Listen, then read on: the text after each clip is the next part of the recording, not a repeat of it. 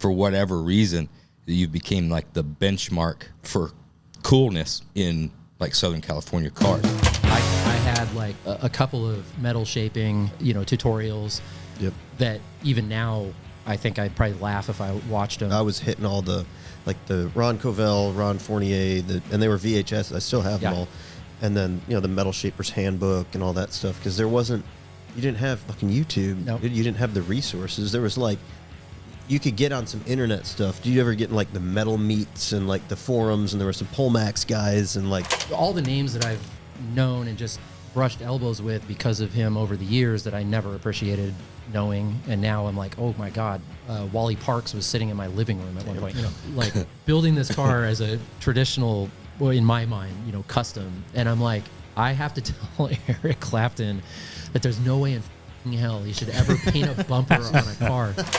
People forget about the running the fucking business. Employees and fabricators and different people that want to go start their own thing also have said things like, I got to have a proper work-life balance. And what does that mean? I have to. What is that? Then go start your own business. That's the dumbest. Welcome back. Another episode of Oil and Whiskey. This episode is brought to you by WeatherTech. WeatherTech's roof basket increases vehicle storage capacity, so you never need to pick up and choose which essentials to leave behind. Storing gear on top frees up space inside your vehicle, which means more legroom and a more comfortable road trip. It also means you can take more with one vehicle rather than having to bring two. Who has time or gas money for that? Transforms your vehicle into a true travel rig. Perfect for outdoorsmen, overlanders, off-roaders, and everyday trailblazers. Great for hauling duffel bags, coolers, camping, sports equipment, and more. It has a unique modular design so you can size up or size down, make it wider, longer, etc., depending on your cargo carrying needs or if you want to move it to a larger or smaller vehicle. Roof basket is made from high-strength plastic that's durable and designed for years of use. It won't rust, chip, or corrode like other metal roof carriers. It's 100% made in the USA, so you can be assured of its quality. Go to WeatherTech.com and check out the roof basket today. This week, we got none other than Bill Ganahl from South City Rod and Custom out of California. But you've been spending the last week in the Midwest. Yeah, it's a new experience for me. I saw the route, and that's the first time I've seen a circle on any of the Good Guys Road Tours. There is a circle. Yeah. It's just a full-blown, just like, that's a lake, let's go all the way around it. There's not much Where around did here. you're going up and around Lake Michigan? We went up into the Upper Peninsula and then, cool. go across and then coming down here and then sort of back up to One of the rings. somewhere back in Wisconsin. So By the end of the day? You started out east, is it? Started in Detroit. Okay. Yeah. Got it. Yep. Luckily, you didn't have to go through Chicago traffic. Saved you like 6 hours. Yeah, going up on and here. around, dude, is cool. I'm not, I've been to Chicago, so I don't mind skipping Chicago. I mean, this is as south as we're getting, basically. Yeah. So, but That's we drove through Milwaukee on the way here just to drive through it because I'd never been. If you have a hot rod or a custom car, do not drive through Milwaukee. The roads? The roads are the worst roads I've ever seen in my life. So bad. 100%. It tested the shit out of your chassis. No, I'll tell you did that it much. pass? All the pieces are I still don't connected? think anything fell off, but That's a win. yeah, that's a win for me anytime. It's got to be a cost-cutting measure. I've never seen a city that's just like, you know what, if we skip about 6 inches every 40 feet, that's just less concrete and asphalt we have to do. So we just do a section and be like, you're going fast enough, you'll hit the next section. Yeah, little Dukes of Hazzard ramps every once in a while.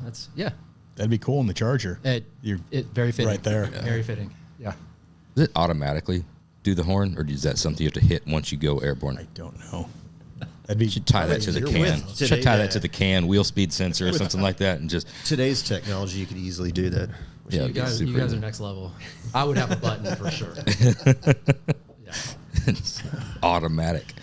Well, dude, been absolutely looking forward to this one. You've done the podcast before, remotely.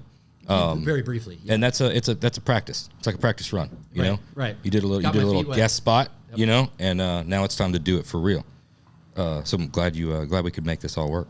I think we were testing too. We weren't sure if we wanted to fully commit, and then Yeah, we were just. I was ready to I passed. commit. I was ready. I've been a fan for a while. We were mentioning it before we got started that you do come up a lot, and it's for whatever reason you became like the benchmark for coolness in like Southern California cars. Like you talk about, I think it came up. We're talking about everybody's different geographical locations and different shops that are kind of. You're in Northern California, right? Bay Area? Now I'm in Northern California. Yeah, Hayward.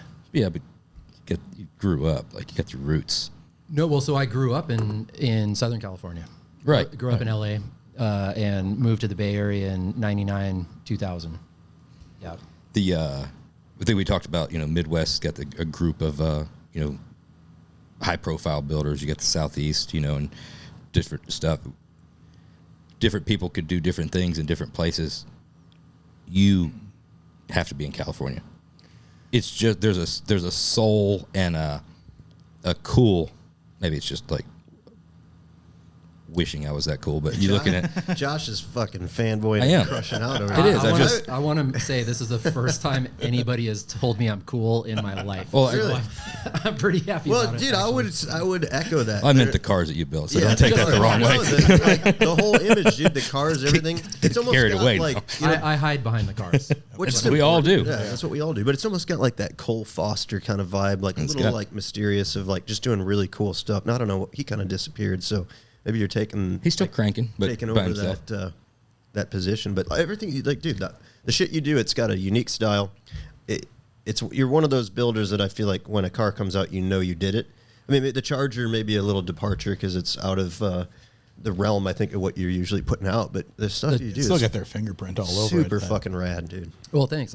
That's actually a big compliment. I don't take compliments well, but that's one I appreciate. Yeah, I mean, I cut my teeth working for Brizio's, so we were building 32 Fords almost exclusively, but I got to do all the historic restoration stuff there, so really kept my a foot in history. Yep.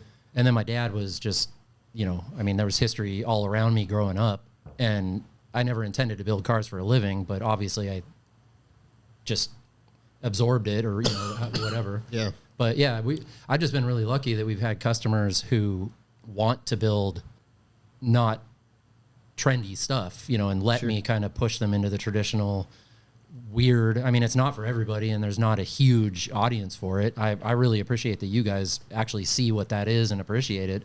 I think some people look at what I build and they're just like, the hell is that? Fuck is What are wrong you with this doing? guy? Yeah, exactly. I think anybody who knows what they're looking at can like appreciate the restraint and the amount of work done to then also make it look like not a lot was done. But if you know what you're looking at, you're just kind of in awe a little bit. I just can't get over the fact that you look at stuff, even the past, 10 years or eight years or so of stuff you've built.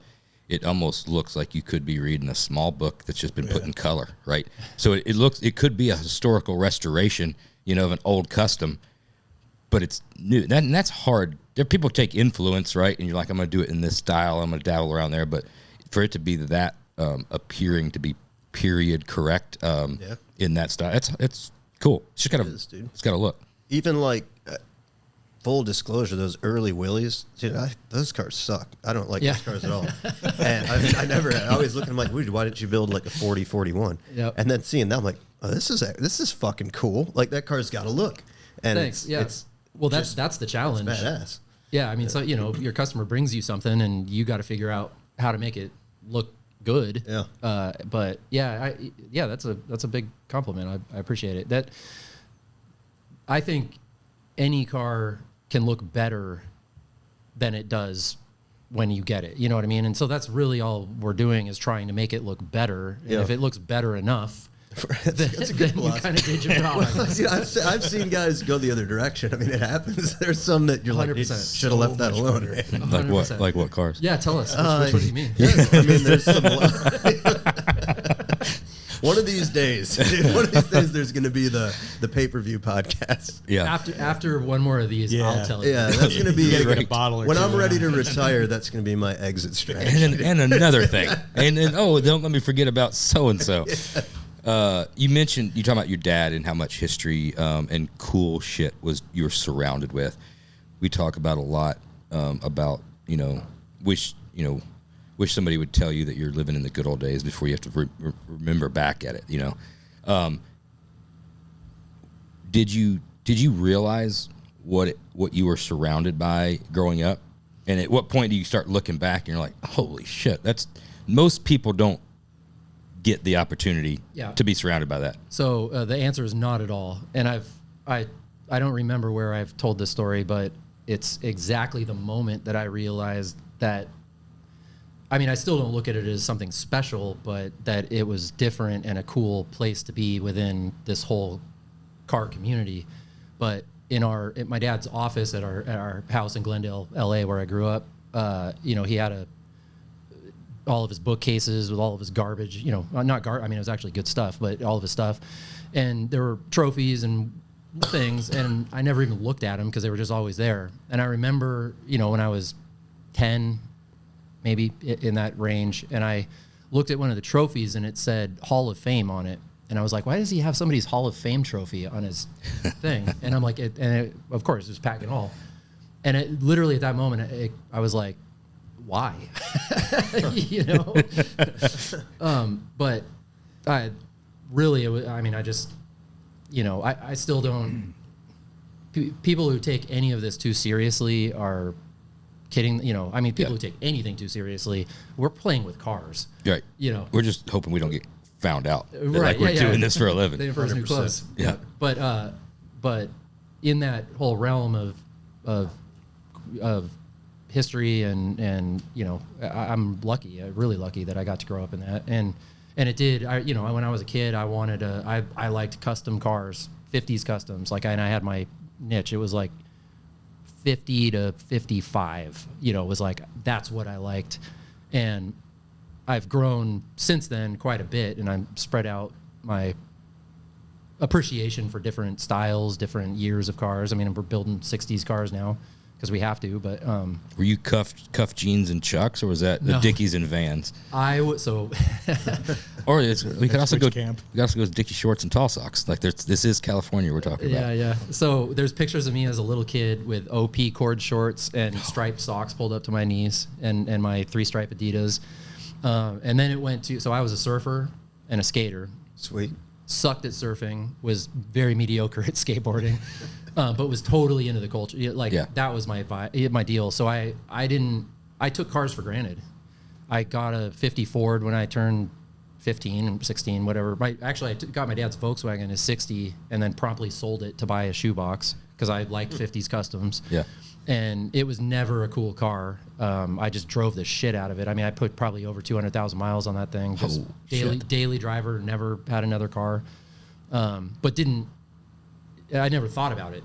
I didn't think twice about it. It was just a car, and I'd rather drive a cool old car than anything else. But was a skater first. And nobody at my high school growing up cared about cars.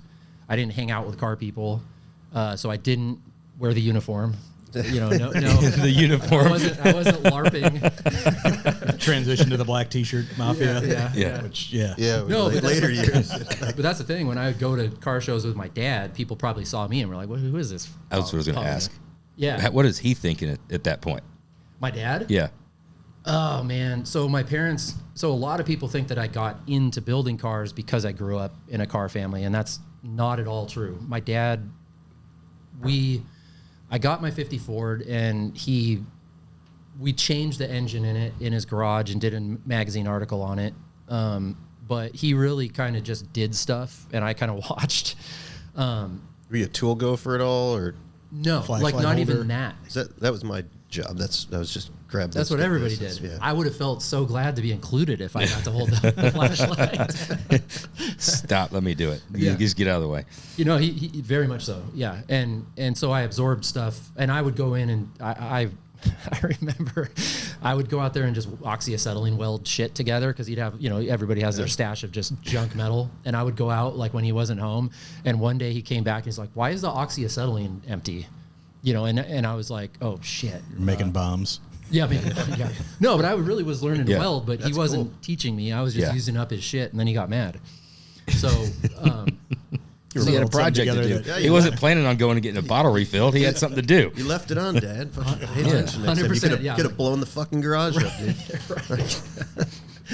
Yeah. No, but so I didn't intend to build cars for a living until I got up to the Bay Area. And even then, I was going to school, and I walked into Brizio's, And the one thing that I could say that my dad or his name helped me with was that when I walked into Roy's to say, hey, I want a summer job doing something other than, working at a sandwich shop or whatever, was I said, my dad is Pat Ganahl. I think you know who he is. I'm going to school up here, and I'd really like to I'll sweep the floors, whatever you want. I know a little bit about cars, but nothing compared to what anybody working there knew. That's cool. And the guy who was driving their shop truck, put in his notice the week before I walked in. Oh, wow. And that's why I got hired there. And if I hadn't, I might be doing something completely different right now. That's wild. Yeah. You said something about you don't look at that as special, right? It's just the way it was. And after hearing you explain that, I can understand, like, you don't think that it's, special. That it is special, right? But that doesn't mean that it's, I guess, there's a fear of, like, saying that it's special makes it like it was an easier path, or you're where you're at because of your dad, or you were handed things, or it opened doors and stuff. So there's it's a negative connotation by saying it's special. The part that people don't think about is the flip side of it being special, the difficulty because of the way you grew up, and because of the name recognition, and because of going through life of there's a standard to be upheld. So there's two sides of the coin. Somebody could be like, oh yeah, it must be nice, right? That's the famous saying from anybody that just don't want to get out of fucking bed and do anything. Oh, it must be nice, Yeah. because everything must be nice to somebody that doesn't, like, get after it. It's a unique thing, right? Very unique. You can't give somebody the talent to build cars well. You can be influenced by it, but Right. like in that line of work, it's not like you could be like, hey, I'm a famous hot rod builder, dude. Here, now you are, like, because dude, it's a major skill set. And also, I'm not going to derail this, but I'll just sprinkle it out there. Watch Rocky Balboa, the final Rocky Balboa. There's a whole segment. I compare myself to him all the time. As do I, right? And obviously, because Josh was saying how cool you were and shit, and so obviously me as well. But there's a whole thing on that, We'll circle back to that. Yeah, we'll as they come say. back. Yeah. But that is. Well, I'm trying to think. I'm trying to, like, picture all that, because I grew up with, my dad. We worked on shit in the garage all the time, and it was like that was definitely what got me going on it. But he didn't have, like, any real skill set, right? He was just a dude, like, fucking around with stuff in the garage. But You could string a pair of swears together like you've never heard before. yeah, but that. Yeah, it's crazy that you were in that environment and that wasn't really what influenced you. I feel like I would have pictured you as, like, 10-year-old kid, like, chopping tops and oxyacetylating them back together. Not at all. So, yeah. So to your point, I'm not saying it's not special. I'm saying that I very actively try not to take any of this too seriously. Yeah. You see some of the guys who like they care a lot about the awards and the halls of fame and, like, all that stuff. And I am extremely lucky, like, with whatever skill I have or the guys that work for me have to build these cars. That's one thing, but you can have all that and never end up in the right place to even find out that you have that skill. And I almost was in that camp. I didn't find out that I had the ability or the talent to do it until I started working for Roy. And it took a long time to work up to that. And I'm really, really lucky that I got a job with him and still talk to him, a good friend of mine, and tell him all the time, how much I appreciate working for him. And the guys that work there, I learned most of what I know in terms of building stuff from the guys who worked there. A lot of them do still work there, which says a lot about Roy as a boss. Yeah. I also had when I worked for him, I had the curiosity and the drive to push him to allow me to do different things there. So, like, when I started working there, nobody was doing sheet metal work. He would sub it out, like top chops and everything, to a variety of people, Marcel, a couple guys up in the Bay Area. And I was just like, let me chop a top. I'd never chopped a top before. And I just was like, I can do it. You know, That's stupid. What'd you start kid. with? How'd that work out? Hopefully a Model A. 34.3 window. Okay. Coupe. that's a tricky one. Cut As a the Model A, it's kind of like, Right. Yeah. No, it wasn't. you four-quartered, and that's a lot. Yeah. That's Well, I mean, at least it sales wasn't like tails a 50 Merc or something. Well, Right. But yeah, it was. It wasn't. And to this day, I don't know why he said yes, but anyway. So to your point, yeah, the coming together of all of the elements that put me where I am now. 90% of it is luck, being in the right place at the right time, knowing people enough to get my foot in the door, and then the last 10% is whatever skill or fortitude I brought to it. It's kind of the way I feel about it, Got you. Well, I mean, you go back and forth on percentages and stuff. I mean, you based on that, it's probably 10% of osmosis and your name and who you were around, and then 90% on the fact that you just didn't give up and you wanted to figure it out. So a lot of hard work. the that classic going into 90, classic 90-10 90-10. story. Yeah, classic the old 90-10, man. Yeah. 60% of the time, it works every time. Well, so also to your point of sometimes it works against you. So I'll just briefly tell the story. At my dad's memorial, I had to, all the names that I've known and just brushed elbows with because of him over the years that I never appreciated knowing, and now I'm like, oh my God, Wally Parks was sitting in my living room at one point, But At that point, who's this dude? Like what? it's an old man. Yeah. Just an old guy that my dad's talking to in the living room. It's wild. My dad also was very opinionated and not afraid to share his opinions with people. So he made a lot of friends along the way. He also, if he was in a bad mood, like he just wouldn't, he was just himself. Like if he was in a bad mood, he wouldn't sugarcoat it. So if you caught him in a bad mood, a lot of people thought my dad was an asshole, to be frank. And so I've played the game over the course of meeting people my entire career in the hot rod custom car industry. And every time, like, either I won't say until they find out my last name, and then I get the like, oh, are you Pat's son? Why are you asking? How'd that go? 50-50. That's not the 90-10 split. This is the 50-50 split. That's who liked or disliked my dad. That's not a bad way to be, though. Like, because I'm assuming the people who liked him really liked him. 100%. It's a hard split, right? There's not really an in-between. There's not a like, oh yeah, he was all right. Whatever. I respect that. I like that a lot. Piece of shit fucking said whatever about my car at the 1980 NSRA Nationals, and they remember right where they were when he told them. Or they are like, he is the nicest guy. He talked to me for an hour. He didn't know who I was and just shot the shit with me for an hour, and the nicest guy I've ever met. So anyway, at the memorial, I wore a shirt that said, "Was my dad a dick to you?" Because I had to invite people to the memorial, and I just went through his black book. Yeah. And believe me, it was a black book. He was all analog. Yeah. And I'm like, I know this name, but that name that I remember could have hated his guts. Right. And I'm calling up being like, would you like to come to Pat Ganahl's memorial? And yeah, it's 50-50. And to this day, I mean, there's still people I meet who are like, oh yeah, Pat, okay, whatever, and some are like, your dad's so awesome. And so I just It's wild. And also, I don't judge anybody based on what my dad said about them to me.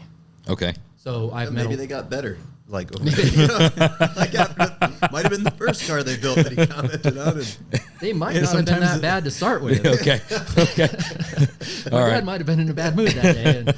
And, but no, I really, there's names I know that he would mention, and I'll meet them, and I'll just start from scratch, and I'll just be like, I don't want people to judge me based on being his son, so why would I judge them based on whatever he said because he met them once and they were in a bad mood, Once you start having a business, right? And we'll get into once it's your name and face for South City, and you're out there and you're doing the glad handing thing, and are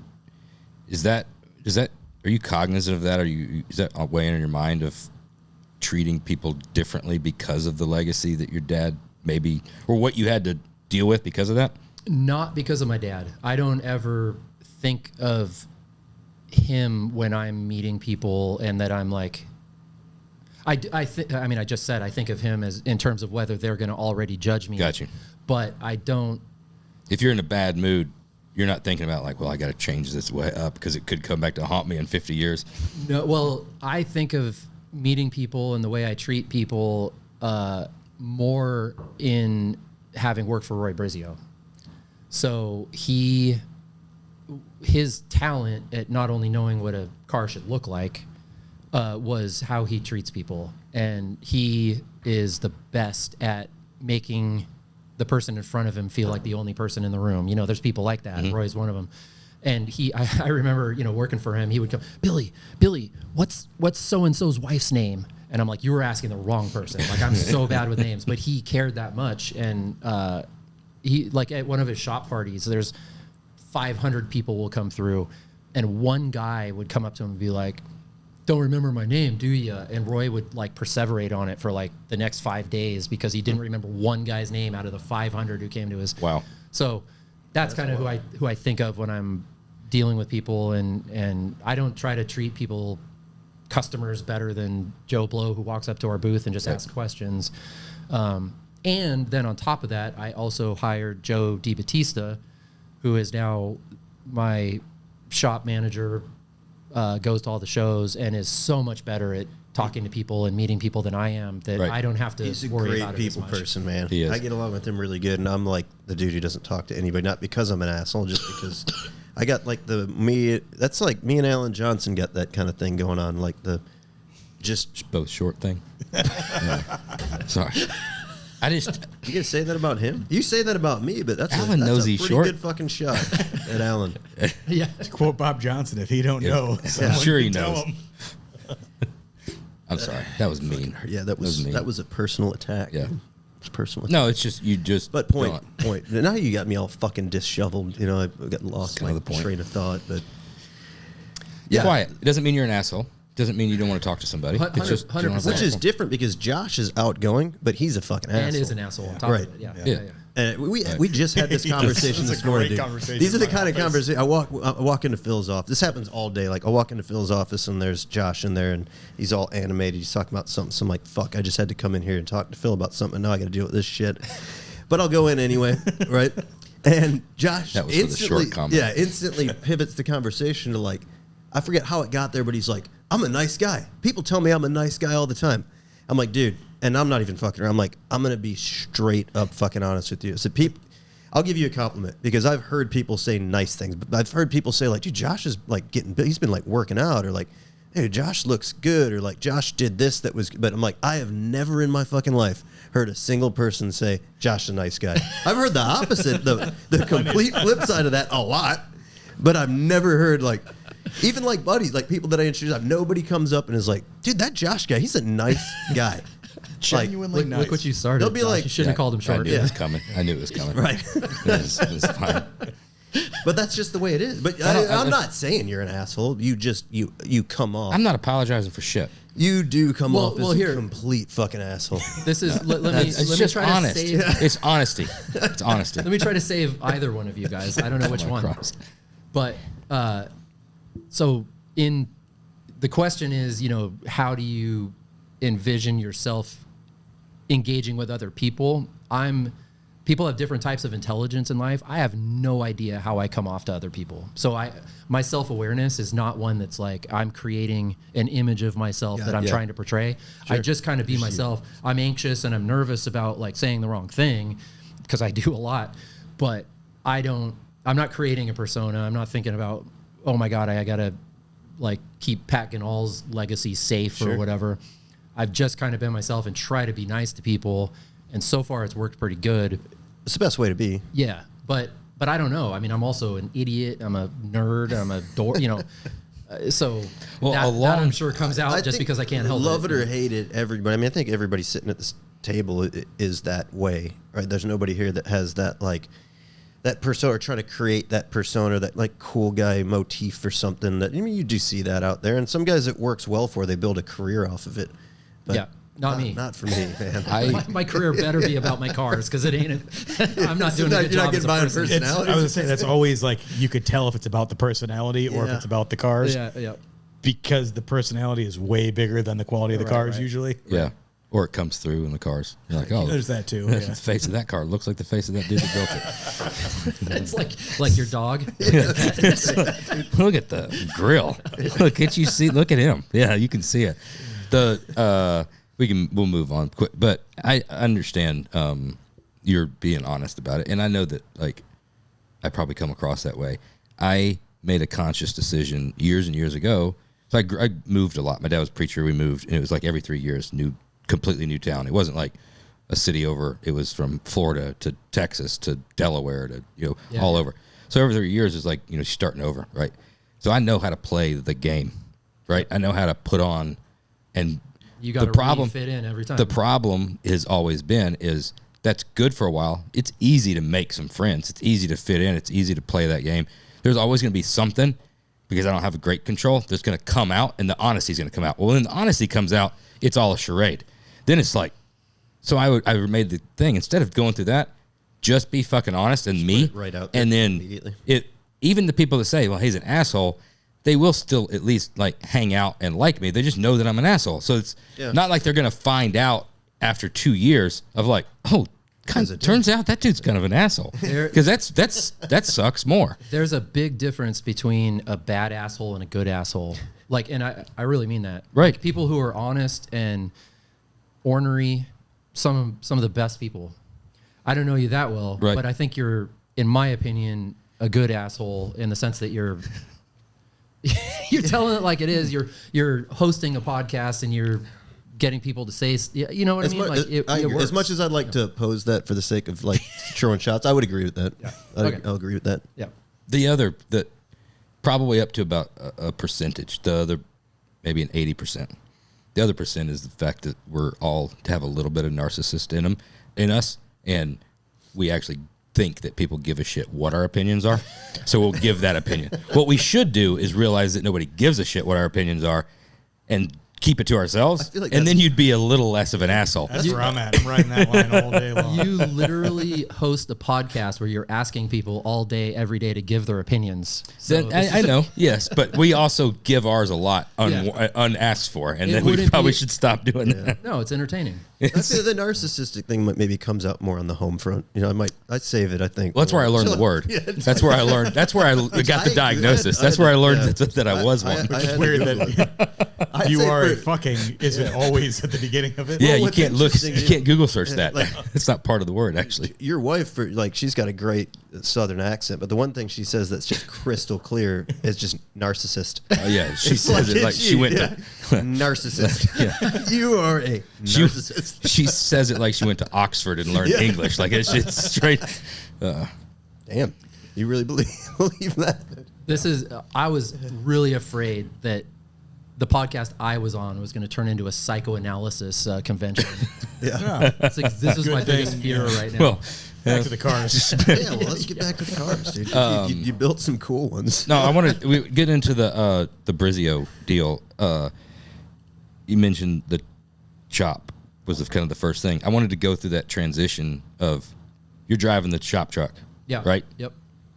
Well, and then you're chopping a top, like Well, so Roy, I really went in there thinking I will clean the toilets. I'll drive I got to drive the shop truck because that guy left, and that's why I got hired. So I did. I was driving all over the Bay Area. I was meeting all sorts of people because I was going to their shops, whatever, whoever Roy was having do business, whatever with. So I got to meet a lot of people. I also learned the intricacies of the roads of the Bay Area very well. But he let me start working on cars pretty quickly. I remember the first week I was taking apart, disassembling a 32 3-window that now we would look at and be like, that's a holy grail. I mean, it was just all original, and we were just like fucking throwing parts off of it to turn it into a street rod. Whole front end and everything just Roy. So save the garnish moldings. There was a guy up in Santa Rosa who would buy all of the original suspension components from the cars that we turned into street rods, and was known for having a stash. I think Roy might even like given them to him. He made a pretty penny off of that stuff. Hurts my soul at this point. But yeah, so, you know, he had me working on the lathe, like making, you know, drag links and tie rods and stuff like that. I lowered a shoebox for John Mumford within the first couple months I worked there. Wow. Because I lied and just said I could do it.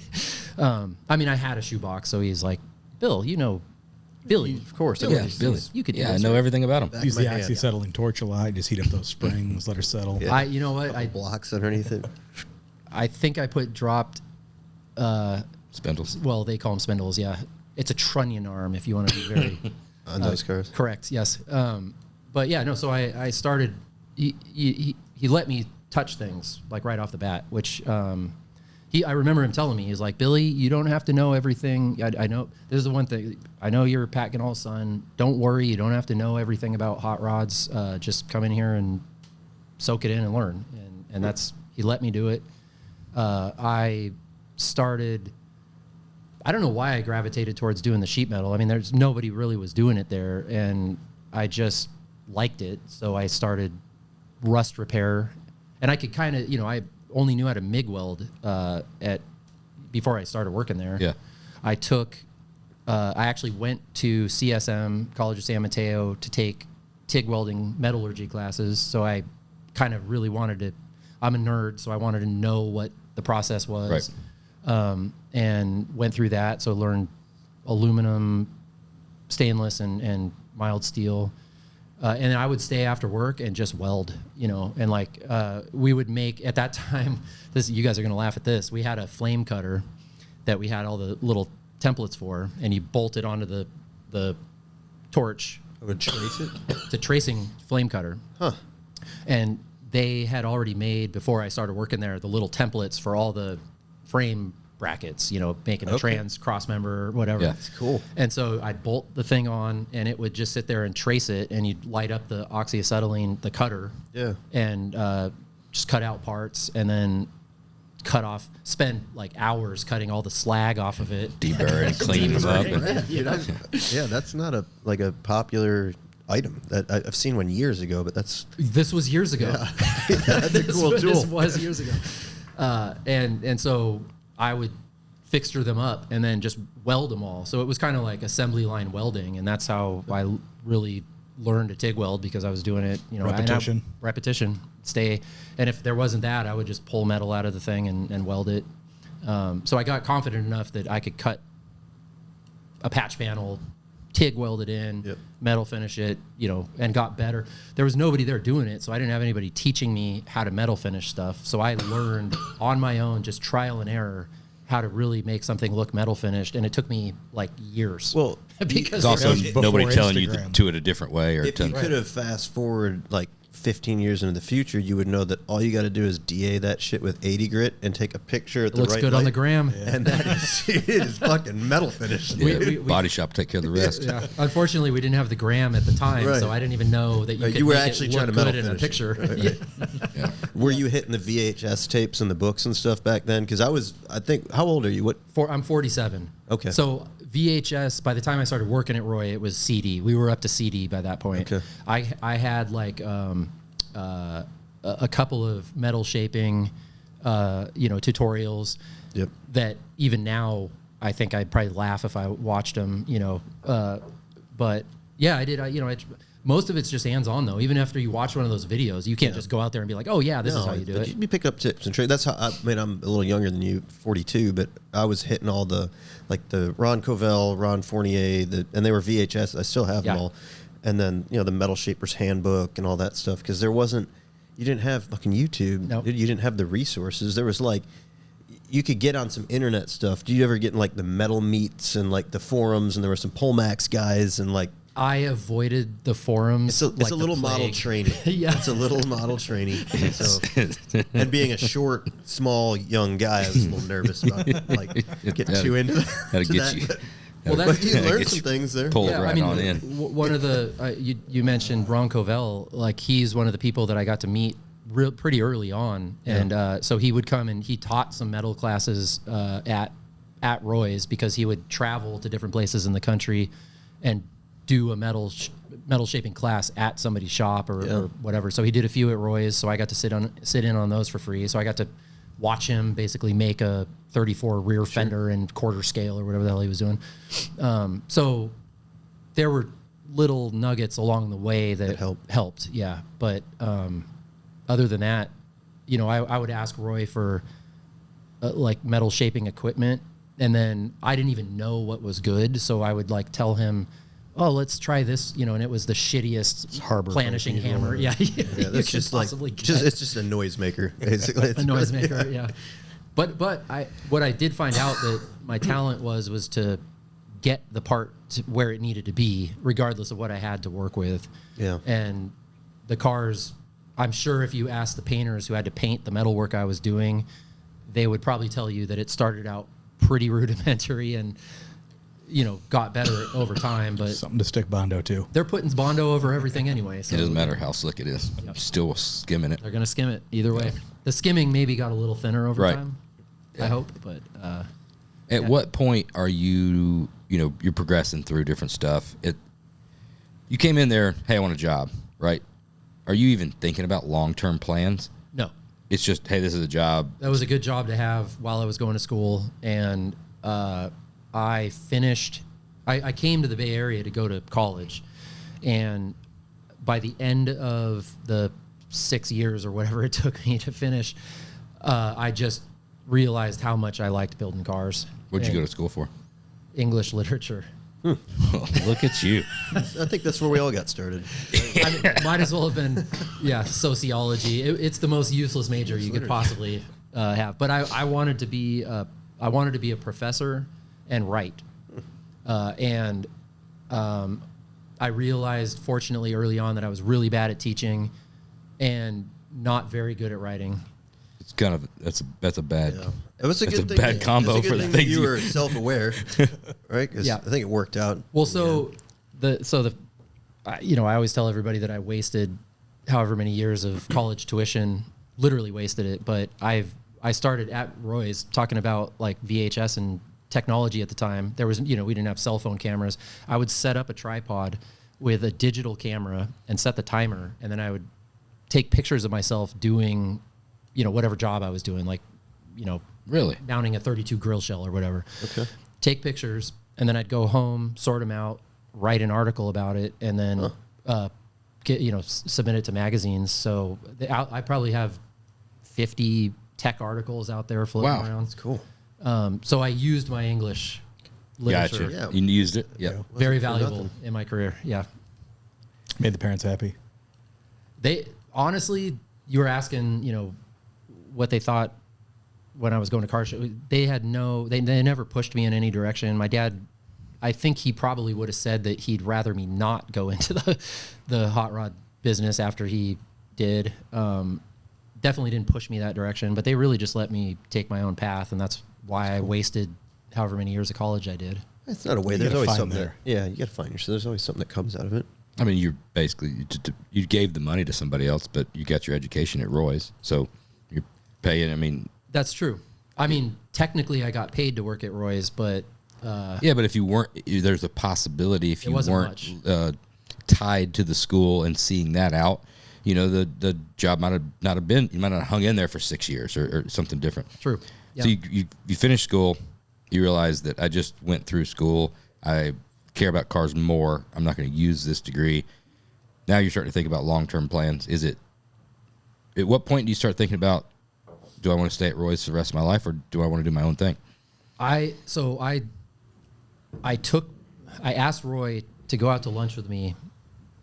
I don't know how many years, maybe 6-7 years into working for him. I worked for him for 13, 14 years. So like kind of halfway through. And I said, hey, Roy, I just wanted to tell you that I really think I might want to start my own business at some point. And that's because I had a shop on the side and people were starting to ask. I had a shop just to work on my own stuff. Right. And it turned into then I had to rent a second bay because somebody left and I didn't want someone else to take, whatever, just organically kind of grew in size. People were asking me to do stuff and I was like, oh shit, I'm getting paid $28 an hour. I can charge $35 if I have my own shop. Big bucks. Big bucks, yeah.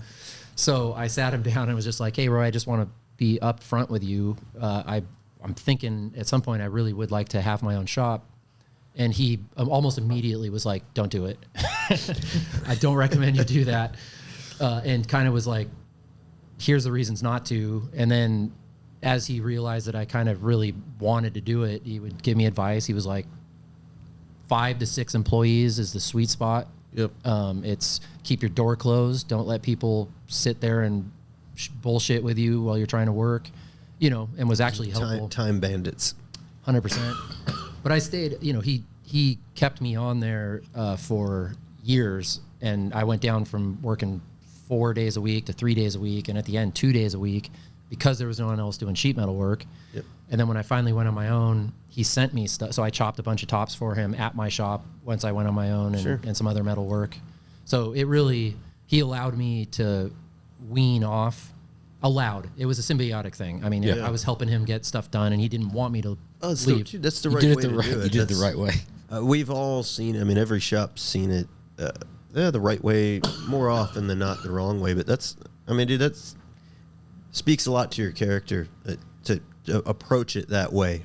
You can't fault anybody for wanting to go do that, but how you do it is it's a small pond. As big as this industry is, everybody knows everybody, and the last thing you want to do is burn bridges and shit where you eat. And not that I did that because I just didn't want to burn a bridge. I mean, I really like Roy. You gave him a 6-year notice, and then I mean, and it's whether you'd have done it or not, I think there's something to be said for the honesty of this is what's going through my head. This is what I'm thinking about, right? Yep. And then and he was right. I shouldn't have done it. Yeah, he wasn't. It's taken me this long to learn how right he was. He was giving you the right advice. Yeah, 100%. He wasn't just trying to keep you there as a 100% fabricator. But I've had a lot of those conversations over the years, and I've given guys, I think, both directions. Right, I've given some guys the advice. There's some guys that are maybe that's what they should be doing, and some guys are like, dude, do not fucking do that. Yep. That is not the thing for you. Yep. And some have been successful, and some people haven't. don't realize how many more talents it takes to run a shop than just being able to build a car. That's that they don't like, dude. I'll say this. That's the problem. I'll give it. We'll name names. There, Mike Wood, right? He's a guy who worked here for years. Talented fucking kid. Great fucking metal shaper. And he went off and did his own thing, and he's out in Pennsylvania under Cool. I forget the whole name of his shop, but K-E. Gotta have a K in it. K-U-H-L. Yeah, it's something. But dude, he's a fucking talented kid, right? And that was where he belonged. He's doing it by himself, small shop, doing great metal work, and that's it. Yep. It's not trying to people forget about the running the fucking business. That's the thing that never comes up in the discussion is when somebody's like, hey, I want to go start my own shop. The first question should be, do you want to build a bunch more cars the way you want to build them? Do you want to continue working on cars, or do you want to just say, I just want to run a business? If you just want to run a business, there's a lot of businesses just to go run. Start up a business. Yeah. If it's about cars, if you have your own business, you'll very quickly not work on cars. Hardly ever. That is why Joe DiBattista works at my shop now. So you can work on cars. I'm always baffled. 100%. I kind of run the whole front end side of things. The guys that are fabricators then want to go open a business. I'm like, do you have any experience with payroll, insurance, taxes, setting up businesses? And most of the time the 401k? answer is I've never heard of those things. Yes. Yeah. And somebody has to handle all that. So once you do that, you're not building cars anymore. Most of that stuff will be a write-off, though. I'm just going to do it at home. Just write it off. Write that shit off. Joe tells me that all the time. And anytime he needs to buy something, he's like, Bill, it's a write-off. Don't worry about it. 100% true. Dude, that's the thing that I think everybody needs to realize. I'm the dude. I'm not going off and starting a fucking hot rod shop on my. You have to have. We work great because it's the right team. You need an intelligent person that can fucking run a business. Right. You need both. You need somebody that can shape metal, weld shit together nicely, and you need to the business portion. That's a huge lift. There's nothing at all wrong with the drive and the wanting to and doing something like that. It's more so of the understanding what exactly you're saying that you want, or being honest with yourself of what you actually want. Do you want a little bit more freedom? Do you want a little bit more design freedom? Do you want a little bit more, you get to pick the jobs you want to work on? Is it just the fact that you want to hang your own shingle? You want to go to the shows and get the recognition? Do you want to be talking to the customers? Do you want, just be honest. Everybody's got a different thing that drives them. What is that thing that drives you? Most likely you owning your own business and starting out. But you don't doesn't know. Get you 5 of those things. You don't know until you really start doing it, though. Yeah, like you're right. It's the same as Roy telling me you don't want to do this for X, Y, and Z reasons, and I literally don't even remember what those reasons were. I didn't know. I was not hearing them. Yes. And once you start, you realize real quick that if you don't make the bottom line, you're going to go out of business, and it gets real fast, and you learn what is absolutely necessary things you didn't even think of. Even if people told you, you didn't really know what it meant. Yeah. And I've managed to just, bumble my way through the business part good enough to be successful enough to keep the business going. And, I don't even know what you want to call successful. I mean, if you look at your shop, everybody is unsuccessful in a relative way, but, all I want to do is build cars. I really want to build cars, and that's the hardest thing to make money at in this industry is if you just build cars, it's a slog. The margin is so low, and you're giving away hours. You're paying taxes you never knew existed. So it's tough, and you really got to want to build cars for a living. You really need to want to see those cars finished. Yep. And that's your drive to power through all the other stuff that goes along with it. It's amazing that the things that you need to have like you said, the things you don't listen. You're like, oh yeah, until you have to deal with it. So many times you have those, and again, nothing wrong with having the drive and wanting to do it, but it's funny how some of the very employees and fabricators and different people that want to go start their own thing also have said things like, I got to have a proper work-life balance. And what does that mean? I have to. What is that? That goes start your own business. That's the dumbest fucking thing you could ever say. I know, and it's been there's those, even maybe they haven't said those words. There's the times of like, yeah, dude, like Saturday's my time. Yeah. There's things that once you decide to be like, it's my business. Me and this customer have got this relationship. He's giving me money in exchange for services. You've given away any ability to not answer a cell phone. You're kind of a whore at that no point. matter what time of day. If you want to do it the right way, if you want to be successful and you want to, there's going to be times, and I know there's people out there giving business advice. It's, you got to have you time, and, there's got to be a great relationship between you and your customer, and he has to have respect and borders and guidelines and stuff. If the dude calls at 9:00 on a Sunday night, no matter what, if you're in the middle of a movie with your wife or you're on on vacation, like, you got to answer it, and then you got to figure out what to do to make the situation right. It's funny though, we're dancing around a little few things, but those guys, there's been employees, if you'd have called them as the employer on a Sunday night and said, hey, I need you to come to the shop and fix this, what the answer would be. 100%. And in 6 months, they're going to be in that same thing. But it's like, it's the same shit. Yeah. Well, that's... It's actually, you should be more inclined to do it because we're giving you a lot of like long-term safety and stability and a 401k and health insurance and all that the customer's not. So like, well, I'll say one huge benefit for me of having worked at a shop, a good shop, and seeing how a good shop functions first, and now being on the owner boss side of things, it helps me to know exactly what I'm saying means to the people I'm saying it to. I've been on their side. I'm not saying I'm a great manager, boss, whatever, but I think the perspective that I gained working for somebody. For sure.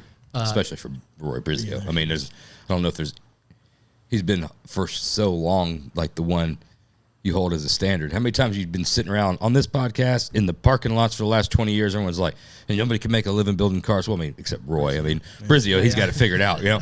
And it doesn't matter what builder you're talking about. It's the same thing. Like, I mean, Roy's kind of got it figured out. And it's just, you couldn't have learned from a better business side of things of how to, 100%. And there are a few things of what not to do as well, but the what to do far outweighs. I don't know what that split is. Maybe 70-30. Maybe it might be a 75-25. We're covering the gamut of you percentages. You really do. That's a great point, because you do learn, the definitely don't ever do that, because you know how it made you feel. Yep. But to your point, more often than not, you learn the things to do, like some great advice. Yeah. Yep. Yeah. You also in this business, getting somebody to want to work at your shop when there's so many people building cars everywhere that they could go start the allure to start their own shop is there, because they would get people to have them do work, whatever that work may be. But it's going to take them a while to figure out how hard it is. Yeah. But, to treat your employees well in this business is paramount, because they can go work anywhere else. Everybody's looking for people. Yep. They could have some guy offer them $5 more an hour.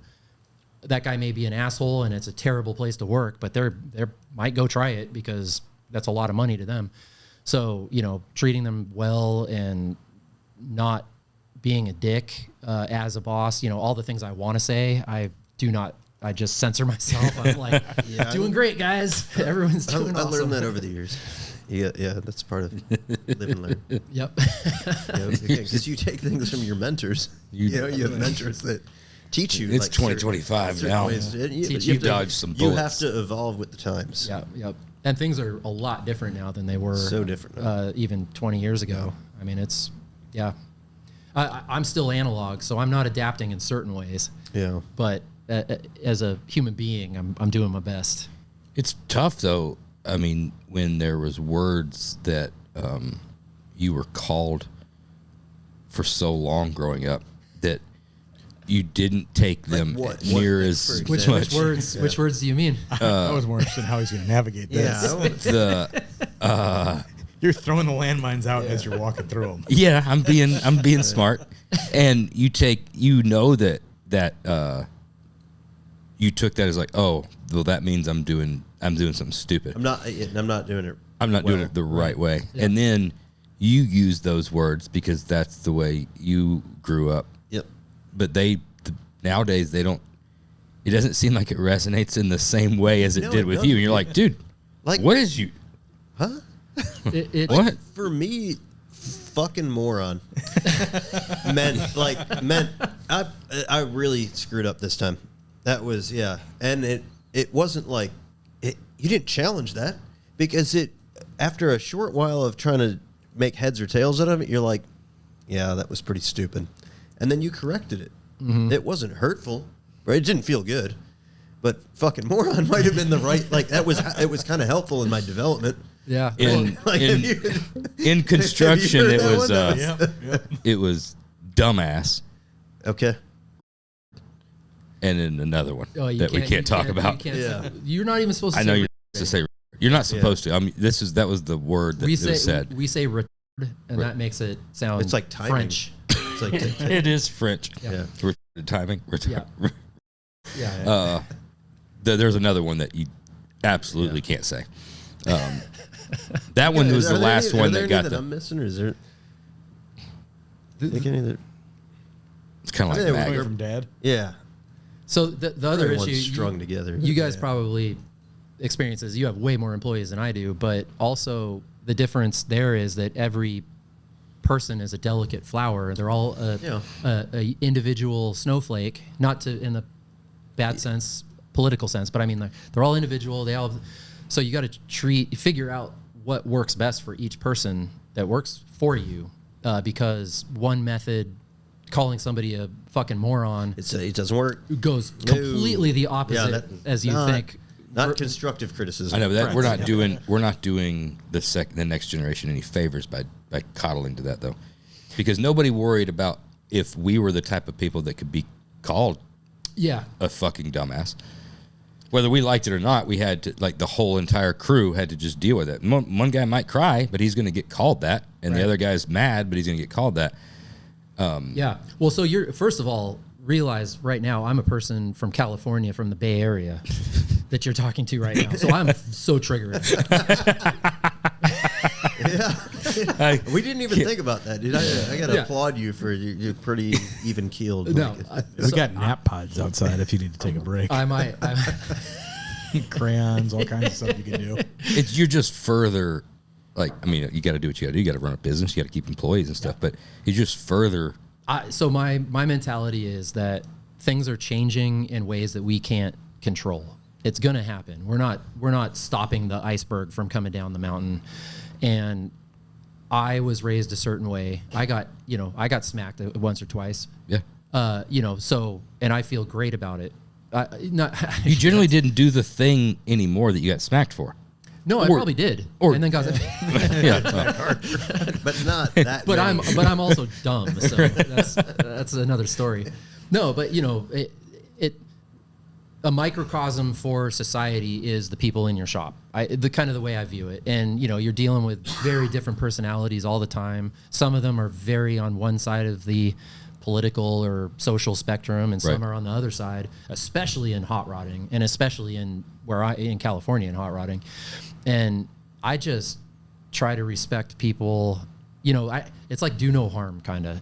So like if people want tell you, hey, this is the way I want to be treated, I'm just going to do it. Like, it's not that hard for me, and it's going to save me more trouble and angst in the long run, I think, and then there's other guys who I just call a fucking hard every day, and they're perfectly fine with it, and we get along. That works in this circle right here. I just don't. I've got an interesting spin on that. Why is it from this side you have to mind your P's and Q's, if you will, but you built a car that maybe wasn't quite as universally loved with a color scheme, and coming back from the social media side, know what you're talking about. You've got to take that. I think we got the bag right up there. We got called some very hurtful names, and you've got to take it on your end, and you can't respond. Yeah. Well, I mean, also another metaphor for life. You take the high road in certain instances. I really pick and choose when I respond to people. Social media sucks. I mean, there's the biggest assholes out there who literally are, in their mom's basement with their keyboard, never built a car in their lives, and have a lot to say about yours. Yep. And when you get good momentum, critical mass behind what you're doing, other people are going to take care of it for you. The guy who responds, it's like I think of it kind of like basketball. The first guy who tugs on your shirt and then you swing, you're the one who's getting the technical foul. Right. You know what I mean? So you got to be careful how you respond, when you respond. And ultimately, Donnie Welch works for me, and I can't go through this podcast without bringing him up, and this is a perfect place to bring it up. He is my social/cultural liaison. So when I'm like somebody, that's a California position. Yeah, it is. It doesn't mean what you think it means. But somebody writes something on Instagram or Facebook or whatever, the ham. I'll go to Donnie and I'll be like, "Hey, man, look at what this fucking idiot said. Do I care?" And he'll tell me whether I care or not. And he'll be like, "No, this." He knows who everybody is. He'll be like, "This is so and so from whatever. They've never built a fucking thing in their life. Don't even think about it." Yep. And then the next time he'll be like, "Oh yeah, this guy's a fucking asshole, dude. You should fucking burn him down." Yeah, exactly. Fucking A. Load it up. Yeah. So it's always interesting. I will say Chris Gray, he handles our social media, and he has a way of just absolutely sweeping the legs out from underneath somebody. That's a talent. Like so tactfully. Yep. I'll tell you what, if you didn't say something negative, you're coming, now that you're going to appreciate this coming from your 6-year major, you better be on your P's and Q's grammar-wise. If you're going to say something shitty, if it's written shittily, you're gonna get. I love the response. It's there, not there. And that's nothing. I hit you at that all the time. You'll send things in a text. Your. I only do your one way. I hit the star and correct You are works for everything. I know, but I do it because I know so many people, and it's just like. But he's like a fucking ninja, dude. With the it's like a sweep the legs and bring them down. So they're incapacitated. I'm gonna give you an example of the worst fucking thing that's ever been said on my Instagram. Somebody said something about Kobe's car, the striped coupe, that we're not talking about out loud. Wouldn't be St. Christopher's coupe. And they said something about like something's fucked up on the car or whatever, and I replied. I just replied something dumb because I didn't go consult Donnie first.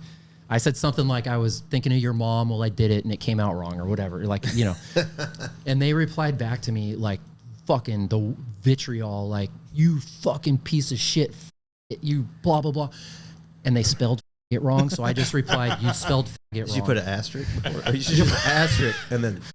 spelled that's right. But that ends it. That ends it because you're done. So they erased everything you've taken they said such the high ground. Yes. Like I didn't even read what you said until I came across your grammatical error, and I felt compelled to call it out. It's one thing when it's the car, right? Like I could take the car, and we've brought this up before. People say there's a lot of sexuality things that come from wheel choice. If they don't like your style, wheels are either you're homosexual. Yeah, they're gay or they're straight. Like that's how you like. There's a lot of that, but I've done a lot of the like in car video stuff, and then you get the personal attacks because it's you talking, and that's like at first it's a little hurtful. You get numb to it over time, and then you quit reading them. But there's some fucking shots, dude. Yeah, they're mean. 100%. They're mean. I mean, it's funny. If you're not the one, kind of related to that. It's amazing how many burner accounts he has. Oh, I'm sure. Yeah, I wouldn't be surprised, dude. Yeah. It's back to coming full circle though. All those are like learning experiences, and you learn differently. Whether you appreciate the guy's comments or anything, you learn differently from this stuff. Talking about dealing with employees, and I know you have to continue to evolve and treat people differently. Just like, things are different. I don't know how anybody ever learns without pain, and not physical pain, but something's got to hurt. That's just the way life is. It's just the way we are created as beings. It's the way from a very young age. It's just nature. Like. Yeah.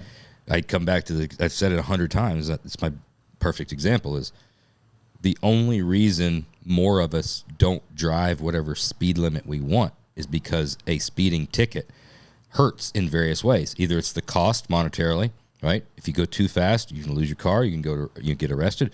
There's repercussions for it. Those repercussions always hurt, whether we like them or not. It has to cause a certain amount of pain for you not to do that thing again. And where's Blaze's threshold? Blaze feels no pain.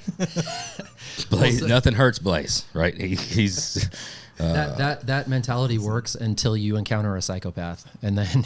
Oh yeah, you're right. You can't hurt him. Yeah. But I just don't know how dealing with the newer age of employees and people, and especially as they continue to get younger, we continue to get older.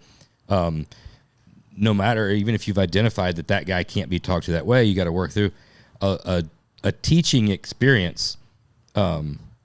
Isn't painful, right? It's just sitting down and talking about something. I don't know. I know this sounds super old school, but it's just... Well, you're literally discussing the, that could get political really quick. Oh, yeah, 100%. Yeah, thank you. Let's get back to cars.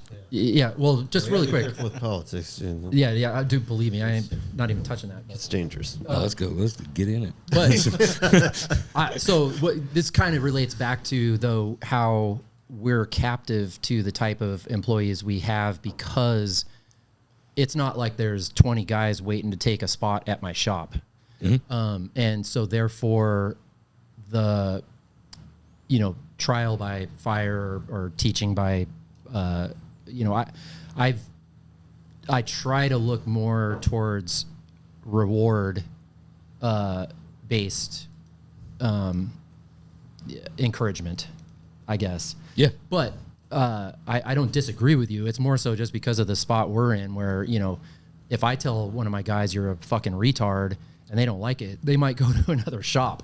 Right. You know, it doesn't mean, you know, they're good. I've got really, really talented people and very good people working for me, which if you, I'd rather have somebody who is less talented and more copacetic with everybody else in the shop. 100%. And had some work ethic.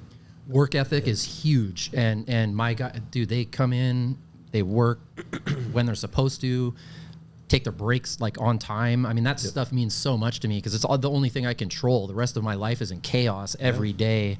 The only thing I can control is like, could you please take your break at 10 to 10:10? I think when Vinny was on, when he talked about it he hit the nail on the head when, and it goes to your point of talking about on the social media side, when you have that following and you have that, they're going to take care of themselves. You don't even have to say anything. Same thing goes on the employee side. And Vinny talked about that. He's like, man, with the team that we've got, they're so, tight knit. Somebody gets out of line, they handle it themselves. You know, you got a new guy that comes in. You don't have to say, you don't generally have to talk to somebody hard because if somebody does something stupid, they're like self-policing. Yeah, self-police. Like this shit don't fly. Donnie's the alpha dog in our shop. So like in terms of how it's a great movie, Alpha Dog. Yeah. How you use the tools, where you put stuff. Like, I mean, I don't have to say anything. He's like, you see him prairie dogging. and so, yeah. It's taken care of. It's kind of a little, ecosystem, and everybody's got their place, their thing. Yeah. I'm just the guy who comes in, and if I won't say anything, it's more lead by example. Donnie will fucking bitch you out. Like if he did. Yeah. So right. I leave that to him. What's the policy on like leaving your dies in the Polmax or something? Like, is that because there's been fucking wars fought, physical battles, 100%. You're like, dude, it takes fucking 2 seconds to. The thing is nobody cares except Donnie. Yeah. So if anybody else goes to the Polmax and they have to change the dies, they just change them. But if Donnie goes to the Polmax and the wrong die, if dies are left that he's not about to use, then okay. Yeah. So you've got to take. You're done with the pole. You take the dies out. Actually, also Donnie is the primary user of the Polmax in our shop. So. Okay. Got it. Yeah. So these are all things we're. Yeah, it's constantly changing too. He might feel a different way tomorrow than he did yesterday. So people disrupt keeping you on your toes. The ecosystem. You can't fuck with the homeostasis. Right. Yes. Back to the car side of things. The reason you're out here, we got to talk about the Charger some. Yeah. That was the latest. That's the latest debut. That was it. Grand National, right? Debuted at Grand National. We debuted it at GNRS. Yeah. Yep. I was excited to see you guys come out with a muscle car and kind of put your spin on it because, like, in our world, like, the pro touring thing's been done to death. We've kind of shifted and gotten a lot more of, like, the refined original, but it was really cool to see your kind of mild custom take on 68, 69. Yeah, thanks. 68 Charger? 68. Okay. Yeah. The owner, it was going to be a 68 from the 68 has the taillights basically are what makes the 68. Yep. And it is a challenge to be somebody like myself and then go build a muscle car like this, But yeah, we just approached it from we don't really follow trends too hard, few things here and there, but I just wanted to build a classic, classy, timeless, muscle car using some modern, the interior in that car is our first attempt at doing a fully custom, completely CAD modeled interior. And my fear was it's going to look like a modern interior in what I'm hoping is a classic car. But Danny from DJ Designs did the interior in it. And we worked with Tavis Highlander to do some initial renderings of it so I could be sure that it was going the direction that, that I wanted and the customer wanted. So yeah, I'm happy with it. How did that first discussion go with that customer approaching you? Like Phil talked about, is something that's a little bit out of your wheelhouse, or so the norm. He had at the time a 70 Dart, and a guy who was working for me, Tony Parker, painted that car for him. So that was my introduction to Ron Michaels, who owns the car. He basically came to us and said, I want to build a 68 Charger. It's going to be a 68 for sure. And I want it to be better than my 70 Dart. And the 70 Dart was pretty nice. It was featured in Good Guys, won some top 10, maybe Builder's Choice or something. And so I basically said, like, how much nicer, these days, the difference between a $500,000 car and a $3 million car, like, we know when we go up and walk up to him. So, he's not the wealthiest guy in the world. So we kind of said, this is going to be an under $1 million car for sure. Yep. So I knew where we were going with it. And your guy's chassis, shameless plug, was like a no-brainer. He wanted it to be a driver. He's going to drive the shit out of it. We hadn't talked about doing this run yet, but it was a no-brainer just because of the way the car's built. Stance on those Chargers, it makes or breaks the entire thing. So I'm really self-conscious about this. Is how much I care about this. That car right now, we raised it because we had to do the autocross, and we're shipping it to Texas after we're done with this run. So I'm not going to have the chance to put it in the shop and lower it back down. So that thing is about a half inch too high in the front, and it bugs the shit out of me every time I look at it. I can tell seeing the pictures in the videos, but it's still it fucker sits good, dude. It looks really it's a very striking car. People have said, my dad always told me that growing up, you have to see your car driving on the road. Yep. Like you don't really know what your car looks like until you've seen it from not inside of it, seeing it driving down the road. And everybody, they're like, God damn, that thing looks so good going down the road. It looks, I think, Mark Bowler, somebody was like, it just looks sinister, and that's, that's exactly the kind of thing you want to hear. Dude, 100%. That's what it's just like choppers. That's I think the best, example that anybody can apply to the hot rod world from the chopper and the bike building world. There's been some really cool bikes, some really wild artistic creations. So you get on it. And then you put a person on it and drive it and you're like, what the fuck? Like a goober. And again, I think we're gonna start charging him for all the Jesse. Yeah. We for all the praise that we give him, but that's the thing that Jesse James has always done. It's like, dude, you put somebody on one of his bikes, and you look fucking badass. Even a goober looks badass. You would even look pretty cool. Honestly, it's fucking enough. All right. You'd look decent, dude. Honestly, but he just looks like a badass too. He's got the fucking look. He knows what he's doing. He knows what he's fucking doing. That's something that I don't think you can be taught what really good style is. That's something that you kind of have or you don't. And 90%, I don't know what the split is on this one, 90-10, 80-20. But there should be an over-under. Let's see. Let's hear what it is. Let's hear what it is, and we'll work minus 3 for 80-20. So, but a lot of people don't know that anyway. I see cars that I'm like, dude, this thing just doesn't look good. And people just love it, and they go nuts over it.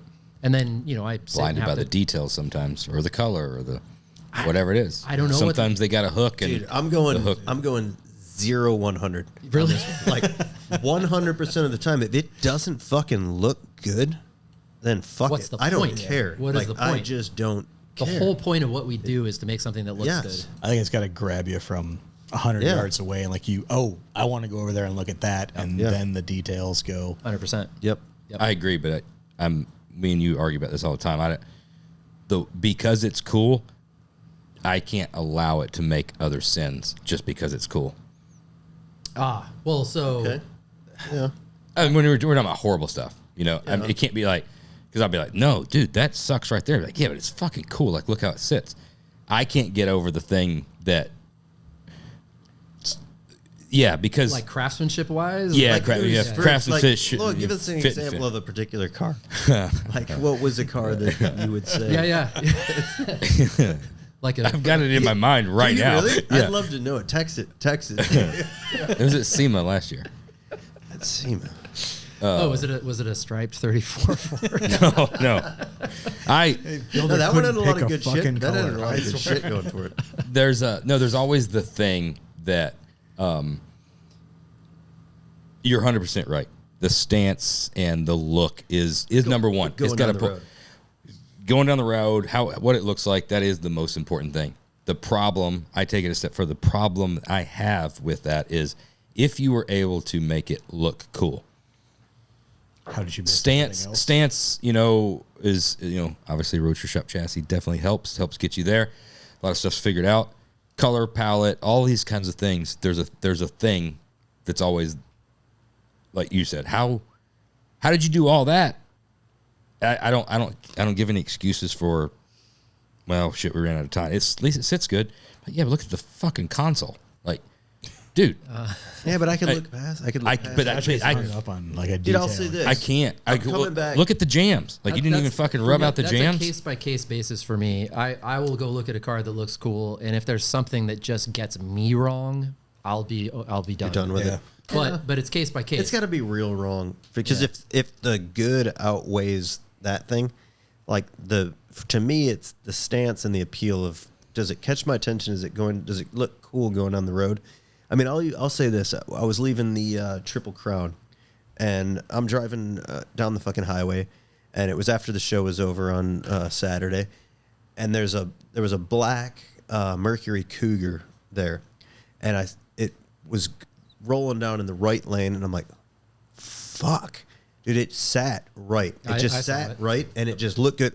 I didn't look at it up close, so I didn't see the car. I don't know who built it, but going down the fucking highway, you're like, and the two people in it, they weren't sitting like, the steering wheel wasn't here, and they weren't like, they looked cool. The two of them, they're sitting down in the car, and I'm like, shit. If I didn't know any better and I wasn't like deeply invested in the car world, and I saw that, I'd be like, this is the fucking coolest car in the world, That's fucking rad. Right. So that's what's most important, because I couldn't see the console. The console it could have been like a 80s GM, like it could have been an OBS GM fucking Chevy. I looked at it. It had console. 6 cup holders in the console. Did it really? Yeah. Well, I mean, all right, ashtrays. Fuck that car. Dude. I'm not trying to be an ass about it. And we're not talking about cars that are just there. I mean, there's always all kinds of shit that you. We're talking about the high end pro level when you are. Because we are accustomed to everybody's trying to step their game up, right? And I don't look to try and find things wrong with a car, right? It is slap you in the face. It's a slap in the face kind of thing. I'm not talking about opinion based stuff. I don't give a shit about color choices or whatever. Color choice doesn't change the stance, doesn't change the fit and finish, doesn't change the craftsmanship, doesn't change the put together stuff. I'm very, very particular on rub out areas, like if things are always slicked that's out. your thing. It's a thing because it is hard, and it's a thing that if you want to take it to the next level, don't say fuck. Dude, I can't stand that. ISCA judge. It's not hard. It's not hard. It's just labor intensive. It's labor intensive. Are you getting paid to do it as well? Right. That's my. Yep.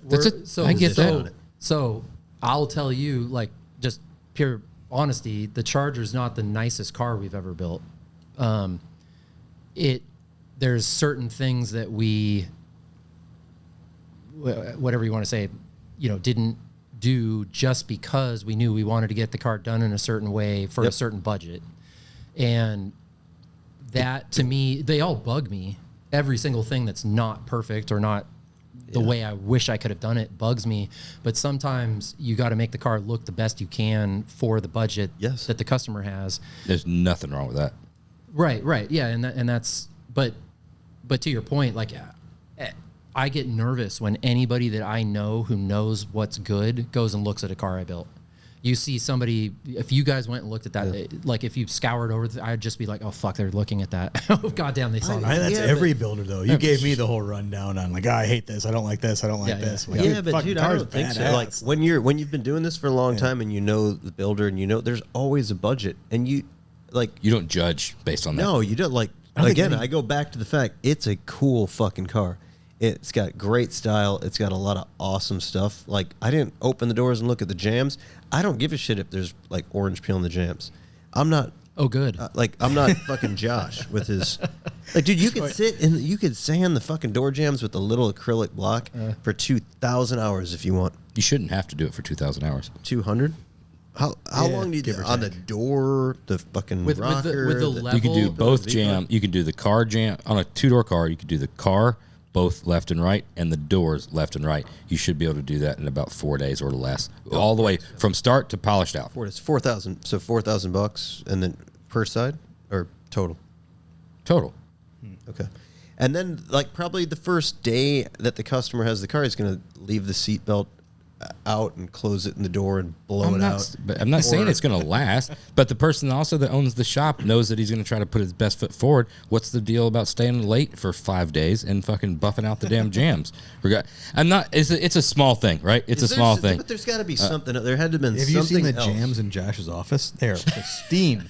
Yeah. It's you get me on the jams because I bring it up. It's one of those things. I don't. It's your thing for sure. I care more to your point where you're talking about on design choices or color choices or like, did you rub this thing out? The thing that over everything, forget the jams, even forget a bad design on a console because those are like rampant like everywhere. The consoles suck everywhere. Consoles are horrible. The thing that I pay more attention to, not that you did it, I'm not looking for the bad. I look for the good on the assembly.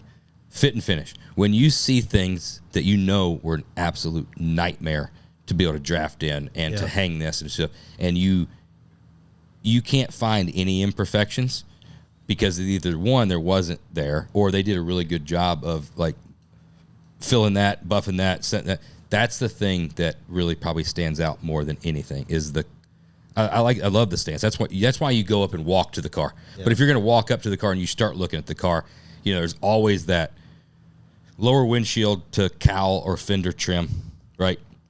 Does that lay where it needs to lay? There's always the stuff around the back glass. There's always stuff in the trunk.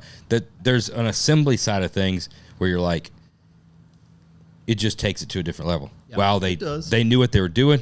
That car was fabbed well because it went together well. That car took a lot of fucking time to put together, and they did it without. Because I don't care how good you are. That's the difficult part. That's the most difficult I've part. got a good example for this. The Foose built that XKE, the convertible or roadster. Yep. And that car caught a lot of flack because he showed up at SEMA. You could tell when he was down to the wire, booth. and there were a lot of things that clearly went sideways. I'm not talking shit because it's a cool car. Like, it didn't even have a fucking transmission. I don't even know if there was a motor in it. It's the SEMA, SEMA Thrash. At the end of the day, like, SEMA car. I don't care about it. You can look past that. You're like, dude, maybe there was a problem here. Maybe there's a problem there. But the proportions, the shape, the overall look of the car is beautiful. So things went sideways. Don't go. You can fix it. Don't go. Maybe don't. Okay, but like, dude, don't give that out that way of being like, oh, you had some problems. It was hard, so I'm going to grade you on a curve. What if it looked like shit? What if it looked like shit, but the fucking jams were polished? It did. the silhouette of the car, the lines of the car looked like shit. That's Jaguar. It was that doesn't give any credit because he took a great looking fucking car. You sound stupid right now. No, I'm just saying. You do, because the car was totally reworked. So that means you give somebody a fucking pass because, like, well, you know what? It was down to the deadline. The customer didn't want to pay. It was a budget. There isn't a builder in this industry that hasn't faked some shit to get to a car. Agreed. Faked a lot of shit. 100%. What do you want to say to Chip? What do you want to say to Chip right now about that? Hey, we're trying to get him on the podcast. Yeah. Well, it's not going well. It's not. No, we're just being honest. I'm not saying that. Now. I'm not saying it doesn't get faked and it doesn't get fluffed and it doesn't get whatever. And it's all done in the guise to put your absolute best foot forward. But there comes a time when that foot is not going to be the best foot forward, no matter what you're trying to do, and it's better to push to another debut and not bring it out. Well, there comes a time when it's just like you don't just say, well, it's better to have it there in a shitty form than just push it to the next bit. So say you're BASF and you have the booth and you get the phone call a week before, yeah, we're kind of not going to make it, so you're going to have a big open hole there. This is what it looks like. And then BASF would be like, hey, okay, I get it. I will say that BASF has a lot of people who would fill that spot real quick. Yep. But so I'll say from a builder's perspective, I have a booth at GNRS every year with room for 3 cars, but 2 kind of minimum. And the pressure to bring new stuff every year, really, you get in positions where you're like, I have to fill this spot. You know, I know. Realistically, Yeah. That's the business portion of it. it is. And so also then, you know, you have a customer who's like, I have a budget. I don't want to build $1 million car, but I want to put it in GNRS. I want to go for whatever. And I'm also going to drive the shit out of it as soon as you're done with your little, you know, crap you do for your shop, you know, that they don't really, they care, but, you know. So, you know, you got to look at like, well, do I want to have EVOD custom full wheels on it when the customer doesn't want to spend more than 20 grand on the wheels, or do I want to cut and rub the jams? The jams actually are cut and rubbed on this car. I want to state that for the record. Josh will be thrilled to hear that. Yeah. But there's a lot of choices you're making that is like, okay, so the guy who's going to come up and be like, dude, that is a bitchin' looking car, just period. Doesn't care whether the jams are cut and rubbed. No. And you know, so you know that there's that contingent, and then you also know there's the contingent of people who are going to be literally mad dogging every part of the car. Yeah. But they're also never going to give you any money for a build. No, well, 100%. 100%. The customer really is the only one that matters. Exactly. But the customer does care whether the car gets received well. Yep. Whether they like it as much, and they may say, I don't care about awards. I don't care whether Chip Foose likes my car, but they're going to care when they lose, and they're going to care when Chip says, it's kind of mediocre. Well, obviously Josh doesn't care what Chip Foose says about their car, because there's not going to be any Chip Foose awards coming to the Roadster shop anytime soon. No, he's had too many opportunities to be on the podcast, and he's decided not to do it. He's made his bed. He's made his bed. As a builder building cars this level, are you ever happy with the finished product? There's always 30 things you could have done better. 100%. And you could have 10 years and you just keep going back and redoing and redoing. I want any of my customers who are listening to put earmuffs on right now, but there's every car. So we say every car has its dirty secret. Yeah. Mm-hmm. You know, there's always something. Building cars to this level, maybe it's for any business or industry, but 90% of it is problem solving and just figuring out how to fix shit that went wrong, shit that went wrong at the last minute, parts that just you spent $10,000 on one little thing and it doesn't fit the way it's supposed to. This door fit this hole when we took it off and painted it. Why does it not fit this hole anymore? 100%. And that is why I lose sleep. Like if it was a Lego set where just all the pieces fit great, you know, life would be awesome. We would make money doing this. We would be happy. We wouldn't have a psychiatrist, you know, whatever. Right. But being able to persevere through fixing all that stuff and getting through all the problems is really, I think, what sets the people who are going to, in the end, be successful versus not. Dude, because there's 2 options. You either push it out imperfect, but it's never going to be perfect. But you either push it out and it's not functional, or you persevere and you fight that fucking battle. And every one of them is an absolute battle that you fight to the end, regardless of who you are, how good you are. Right. I don't care if you're Chip Foose, Troy Chapin, your Roadster shop. Like, dude, it's always going to be a battle. You're just standing there getting kicked in the nuts day after day after day after day. Be like, and giving away away the most money as you're trying to solve these fucking terrible problems. And we create all our own problems, because you could build the most amazing car and then you open the hood and you're like, I don't like the way that AC line looks. We should machine a bulkhead that wraps around down here. Let's make a couple more leak points here. Yes. Yeah. Well, then you do that. Then hardline it, right? Let's hardline it and TIG weld it. 2 places to leak is not enough. Let's make 17. 100%. Hide it. That's right. Yeah. And then you're like, well, it's so much better. Let's take the alternator apart and let's polish the case and machine that. Don't do that. Yeah. I'm just telling you, if anybody's listening, don't do that. Well, what you could don't it's a never ending. Like, just don't take them. We just have ways to do it now. We have a box full of shims. Broken down. Yeah, that's the way to do it. Just Lost don't shims. Yeah. Don't take apart your automatic transmission to do anything, and don't take apart your alternator. Yeah, I would do. You can take it apart, just leave it apart. You're never going to put it back together. Yeah, automatic transmission. Short of a trans magic smoke. Short of a trans pan, dude, and maybe a valve body. Remember Chris, What's that? chassis builder? Oh my god. Oh, that's got to be the worst thing I've ever seen in my Try life. to do a full rebuild. No, significantly worse. We had a guy, Squared. bought a new car. This is now you're talking about like you have a car payment, and I think like an Evo or something. Took the fucking trans out of it like within weeks of buying it. And I come walking by To do what to it? Well, I come walking by his bay, and he's got the trans case, and it's just a trans case, and he's welding shit up internally on it. Is he not familiar with the concept of a warranty? No, Dude, and I'm like, what are you doing? And he's like, well, like there's these like inherent issues, and I'm trying to like beef this up and beef that up. I'm like, that's So this was just to make it. yeah, just to make it better. Better. That is There was nothing wrong with it. fucking ruined. It was boy. a new car running. it was driving. a 3-month-old brand Ruined. new car. Trans out, everything in the trans out. You and know he's what I've- welding on the case Oh, to make and it what I've strong. come I to realize. admire this guy's confidence. Well, that's a good segue into this idea here is that people look at that shit and you're looking at these guys and you're like, man, this guy really knows this shit. Like, dude took apart a whole transmission. He took it apart though. But the reality is, you ever What about notice how like, dude, I've had some cars like my Legend truck. Dude, I literally drive the fucking wheels off of it and we change the oil. Really, not even when it's supposed to be changed, and the motherfucker just works. It's the people that fuck with stuff that you shouldn't be fucking with, and that's why there's like, dude, motors don't blow. Motors do not unless there's something goes fucking sideways and then a motor blow. A trans doesn't fuck up unless you did something. Did the trans go back together? No, it's never gone back together. Dude, he's probably still paying. Making payments. He's still probably It never went paying back in? monthly for that fucking car. But that's when you see these dudes that like the Facebook post of like, dude, he's up all night. Me and my buddies were crushing a fucking 6-pack of beer and like putting this motor back in. If you would have just left it alone and don't fuck with it, or like have somebody that knows what they're doing, there's certain things you shouldn't do.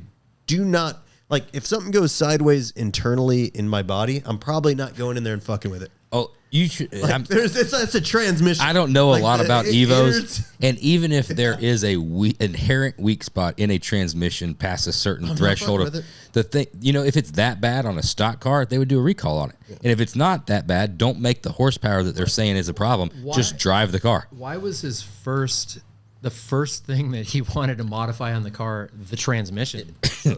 social media, point. a little bit of that. Like he's building some power. It's and an maybe- Because interesting it costs zero money. Yeah. Just like I can do it costs better. More Well, than zero. Yes, long term. Yeah. Long It did. term, yeah. Initially, it just cost his labor, and he can weld. Because a So YouTube guy told he him can fix it. Yeah. Okay. All right. I've never welded on a transmission case in my life, nor will I. I will die before I weld on a transmission case. I'm I won't delicate take the putting them dipstick in out because I'm worried it's not going to go back in right. Well, nowadays they don't even have fucking dipsticks. Like the 8 speeds and the 10 speeds, there's no dipstick. no, it's the drain on the side with a valve, and then pump it in and flush it and pump it out. Stupid shit. Well, I hate to wrap this up or bring us to the standard questions, but we are forced to because we've got a road tour coming through. We gotta do all this stuff. But standard questions takes a little bit of time, so we want to do justice. So it's time to get after it. Standard what? I was real quick. Yeah, hit Just it. kind of touch on that. That's a beautiful, Look at It's that. in the winner's lane. beautiful It is. picture. And it was you and Vinny and the white Bronco, the only people that said, you know what, screw it, we'll put it out here where it's supposed to go in the rain. I mean, we were about to go on a trip that we're for sure getting rained on anyway. So it was like, but yeah, I don't know. I mean, some of these cars, if you build a $3 million car, I could see not wanting to put it in the rain. Yeah. I'm not like we did it and you guys suck, but that car is made to drive. And I'm too lazy. I don't want to clean it. that cleaned what that that actually would- is a free car wash right there. Yeah. Yeah, the drying off and the water Depending spots on the afterwards. acidity of On the the- rain. I'm saying, like, you're about to go on a tour that's different. The show car only, water getting places it shouldn't. Yeah. everywhere, Yeah. underside, Yeah. in the suspension, pulling the wheels off, the brakes, and all But that. Just driving like in a- the rain is worse than just like putting around the fairground in the rain. But Well, Did you do any drifting in the water? not on purpose. Yeah, no, I mean, it rained and we were supposed to be there, so I Did you? Actually, to be honest, it's Phil who kicked us out of your booth. Phil Smart? Yeah. So I had to. I didn't really have You're much probably choice. better off, dude. When the wind starts blowing, the booth, you're better off leaving that. Don't be around the booth when the wind starts blowing. Any easy Yeah. ups. That's Josh Hart. Yeah. Yeah. No, I've driven old cars of a lot of different varieties in all sorts of weather. Yeah. When I got my Riv done, we drove it to Oklahoma and back for the gathering at the Rock, and it was over 100 degrees all the way out there. And then on the way back, it had a torrential downpour. It hailed and it snowed. Literally everything that could be thrown at that car. And I mean, it's a car. You know what I mean? People drove 60s cars in the rain and the snow. Yeah. What's the color on that one? On the Riv? Yeah. What's So it is based on a Lincoln color, which I had the color. So Daryl Hollenbeck painted a car for Brizio. It was a 32 that was that, pink rose color. Yeah. And I basically asked him, what was that? And can we make a version of that for my Riv? Ass color. Yeah. So Daryl came up with the color. My dad actually painted the car. And then Fuck, that's a good car. Campani color, the guys over there, Ryan and Joe, we cut and rubbed it at Joe's shop, which is basically my shop. I mean, it's all the same shop. And then Daryl did the lace on the roof. And then I went and drove it in the hail. Literally the first time out on the road. That's that old metal, though. It's fucking thick. Yeah. I thought I was going to erase Daryl's lace job the first time out with that car. That fucking car. Yeah, and not so to be more fanboy, but I think you guys just absolutely nail the color. Yes. On everything. I mean, it's just everything is so subtle, so tasteful, so right for the car that you guys are building. Like it's just like that's what it should have been. So that is a more of a compliment than I think anything. I mean, I lose sleep over what color we're going to. I mean, I know Josh doesn't care what color the car is. As long as the it's going to be good. As long as the jams jams are are shiny. flat painted. Yeah. But to me, yeah, I mean, the color, you get customers who come up and they're like, oh man, this is the color I want to paint my car. I love this color. And you're like, a color doesn't work for every car. Like that really cool color could look really good on a Volkswagen or a, whatever stock OEM car it came on, and you just know by looking at it, you're like, that's not going to look good on a 64 Riv or a 68 Charger or whatever. So, I mean, it a lot of time, a lot of sleepless nights go into figuring that kind of stuff out. From this side, like looking at everything, it's always like there's the right amount of restraint where it's like perfect, like leaving you wanting just a touch more, but not going too far past it. And I think it's so easy to do on paint color. The biggest mistake people make is like chopping a top. Yeah. We're chopping it, so we're going to fucking chop it. 3/4 inch looks good. 7 inches looks fucking awesome. More is better. But they don't know, or they don't chop it, tack it, and then stand back and look at the car from 50 feet, and so if you don't have that mentality, also, spraying out samples, you put them on speed shape so you really see how it lays over curves and what that color does. All of that stuff's important to me. It is. I attribute it to a lot of single car garages with poor lighting. 100%. You can't get back far enough to see it from afar. Roll that fucker out, man. Roll it out. It takes 20 minutes. Just do it. Yeah. Yep. No, and that's the little details of things that, people want to customize a car, and they've seen all these things that have been done to cars they love, and they just do all of it to one car. Yeah. And it's like not all that stuff works together, and not all of that is right for that car. And you have to know when to say. But what if you don't have another car to put all those ideas on? You got to get them all out. If you do them right on the first time, if you use enough restraint and you do them right on the first time, you get to build more. You will have others. There's so many ideas. Just got to put them all in there. That's right. 6 taillights. Got that 3 different sets I wanted to do. 3 on one side, 2 on the other. Probably exactly what some people think. All right, standard questions. Standard questions brought to you by the Standard in Wheels HRE. We're going to start with, you kind of already did the car. You talked about your very first car. 50 Ford, My first car was a 54. Yeah. Volkswagen first, actually. And then So the 60 Volkswagen was my dad's Volkswagen. I grew Was it up. a Carmen Ghia? No, Bug. Bug. 60 okay. Bug. I just saw it as a car again. Fuck. would that have been good or It bad? just seemed like a cool like surfer guy thing, like The roof bug, rack. the Bug. I mean, I put surfboards on top of the okay. Bug for sure. That We makes- Were they longer g- than the Bug? what's that? Were they longer than the Bug? Pretty So close. my dad's board was longer than the Bug for sure. Banana board, like, but he was 6'8", so he needed a lot. 6'8"? of Dad was Yeah. 6 foot 8.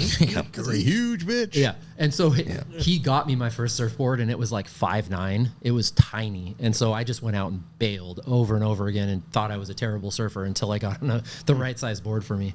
But anyway, yeah. So the Bug was the first car. Sold it after 6 months maybe, and bought the 54. Nice. We'll go oldie but a goodie. First up is a favorite car movie.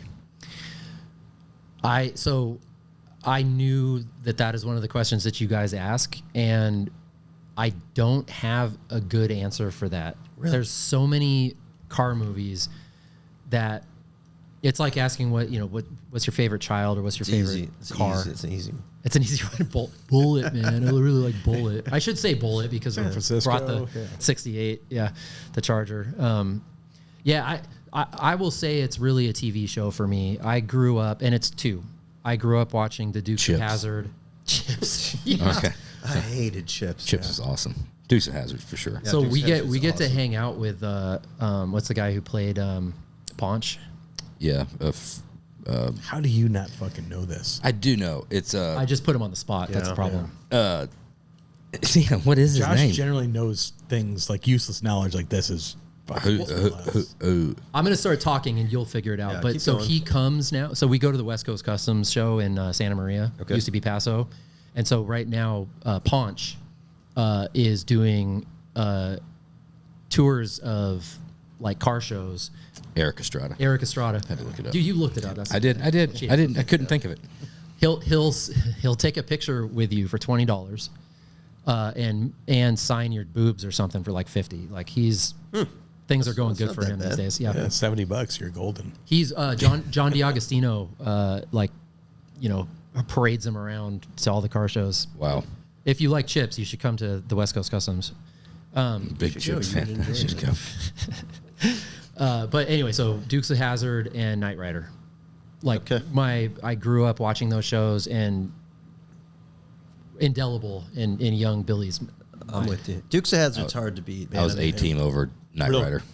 Real quick, 18. I liked 18, but the not for the college car, major just not for the showed up van. there with that word that I don't know what it means. What did I say? Indelible? Like a marker, it Yeah, left a permanent imprint. fuck- I got lots more where that came from. Just keep them coming. I That spent so sounds- much money learning those that stupid sounds- words. That sounds good. I wonder how much that one cost. 5K. 5K. I'll put a number for on it. you listeners, dude, use You it. got it for Use free. it. Yeah. There is a value to listening to oil and Yeah, whiskey. it is. It is. That was free. The Dukes was the best. You had a sick day back in like junior high or like grammar school. Yeah. Full day at the Dukes. Yep. It was always. Never mind. I know there. It was going to take it to a Little different. section. You going Daisy Duke? Yeah, it was always a. Young Nah, Josh. let's just keep moving. No, do us it a clean. quick- It's Give going to us a be quick- so much We'll do it better. clean. Give us a Just quick keep There's young Josh. there's always the day, like the sick day, right? And like you're saying, junior high, and you're like, oh man, Dukes of Hazzard, and you're watching, and you're not thinking of anything else, and then Dukes of Hazzard on, and then you're like, Tom's mom. and then that was it. And that's, see, that was clean. Wow. Yeah. I think we understand what Yeah, you're saying. I'm picking Yeah. up what you're putting down. That's adults. All right, next up, best piece of advice you ever received. Oh man. So my dad he did not give advice, but he gave me 2 pieces of advice. And these are the only 2 things he ever told me growing up. One was, and I don't know what order. I'm going to say don't get old first. He would say as he got older, he would just say, Billy, don't get old, man. And then the other one was don't fart in a small shower. It's That's good. I would have said don't fart in an elevator, but No, that's when you that's when you go. That's- That's when you unless- go for especially- it. the big guns. That's when you go especially for if it. there's if there's people around. Yeah. That's absolutely. Unless you've got the devil and God on both sides, and one of them's like, yeah, do it, and your wife's like, don't do it, and then you look, and Jeremy's like, yes, do it, and you look back, and Jody's like, don't do it. Then you don't know what to do. Really, the advice that Roy gave me first starting my shop, which we kind of already talked about, was the most invaluable advice I've gotten. Just simple things, like he said, 5 employees, close your door, treat your customers very, just right. All, it was more than one piece, but everything he said was spot on. Sets you on the right path. Yep. He held back, don't go on podcasts. He didn't even know. I don't know if he still knows what a podcast is. Roy does. I've never met Roy. Yeah, Phil deals with Roy. Roy's a good time. Got a relationship with him. I've never met him. Grand National is always the time that I get to spend a little bit of time. Roy, I've tried to get him on. He didn't reply to my text, but if you guys would want Roy on the podcast, yes, on his landline. I will. I might be able to. I can approach him about it. I talked to him, so I can approach him about it. I'm not going to guarantee he'll say yes, but I will. I'll encourage him. Just drop the seed. Yeah, I like to. I was telling. Maybe it was Tim Strange. I just recently I was telling somebody like Roy is one of the. I'm sorry. Roy is one of the most explored builders, I think, because he's a little bit insulated and a shy person, I think, generally speaking. Yeah. Very modest. You told Tim you'd help him get Roy too, didn't you? I might have. Dude, Yeah. I'll tell you right now, there's no fucking way Roy Brizio's doing Tim's podcast.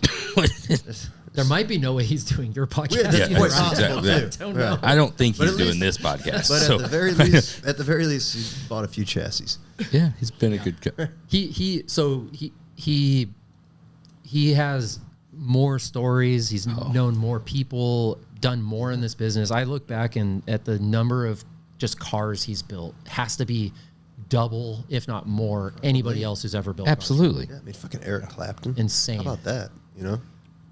Do we have time for my Eric Clapton story? Love Yes, Eric Clapton. Eric Clapton. I didn't really get to For tell too sure. many stories. I know. We're gonna have to do it again. So I built at Roy's, not I built, but I worked on 2 cars for Eric Clapton. I built a basically 4950 Chevy pickup for him, which is also a testament to Roy just kind of letting me do what I wanted to do at certain points. I cut the thing up crazy, all sorts of ways. But we were building, I was working on a 50 Ford, which near and dear to my heart, coupe. And Eric, when I first started working for Roy, they were building that 40 Ford for him. And Eric has a very specific style of like painted bumpers. It's a certain era. And so I was building this 4950 Ford for him, and Roy was kind of like, just, Billy, do what you think should be done to the car. He likes a little more East Coast style, right? On some of the stuff. I don't know that it's East Coast, but it's definitely like 90s, early 2000s. Okay. It's a very specific era. Bumpers should never be painted, in my opinion. Unless you're Eric Clapton, then you do it 50. And you do it 50. forever. Yeah. And so he had this guy, Nigel, who would come in, who was like his, guy,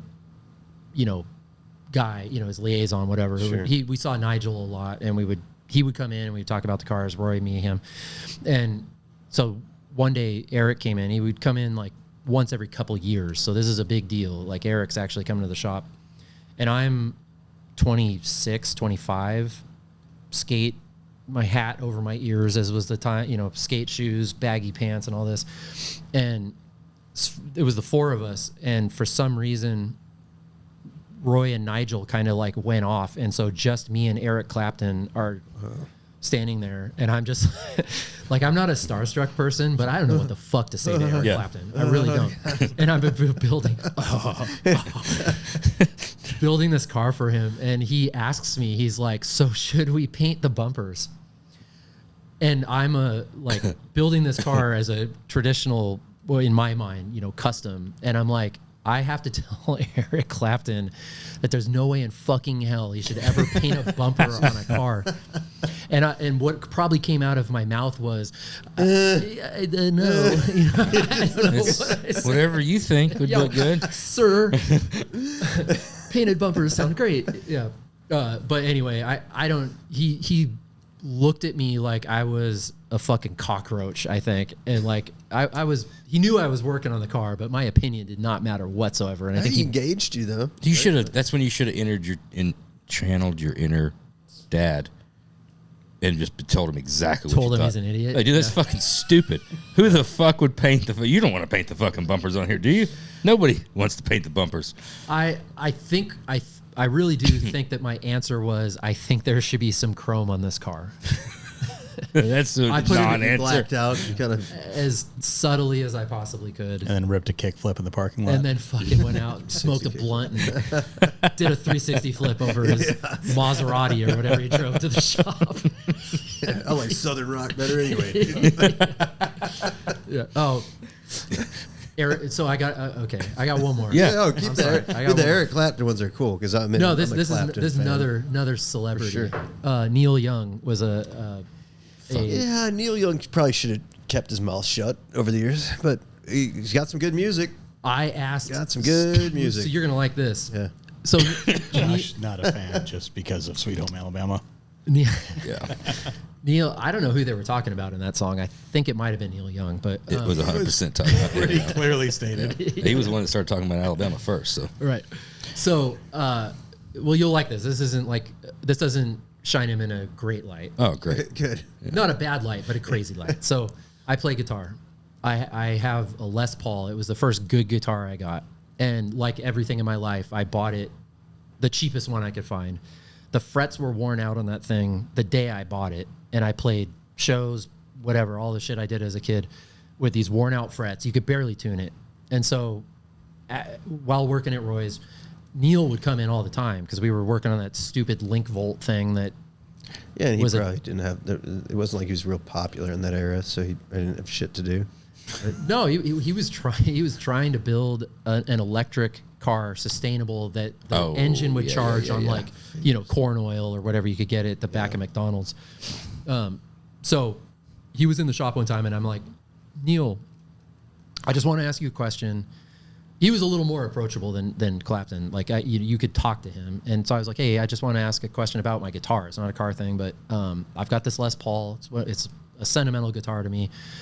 The frets are super worn.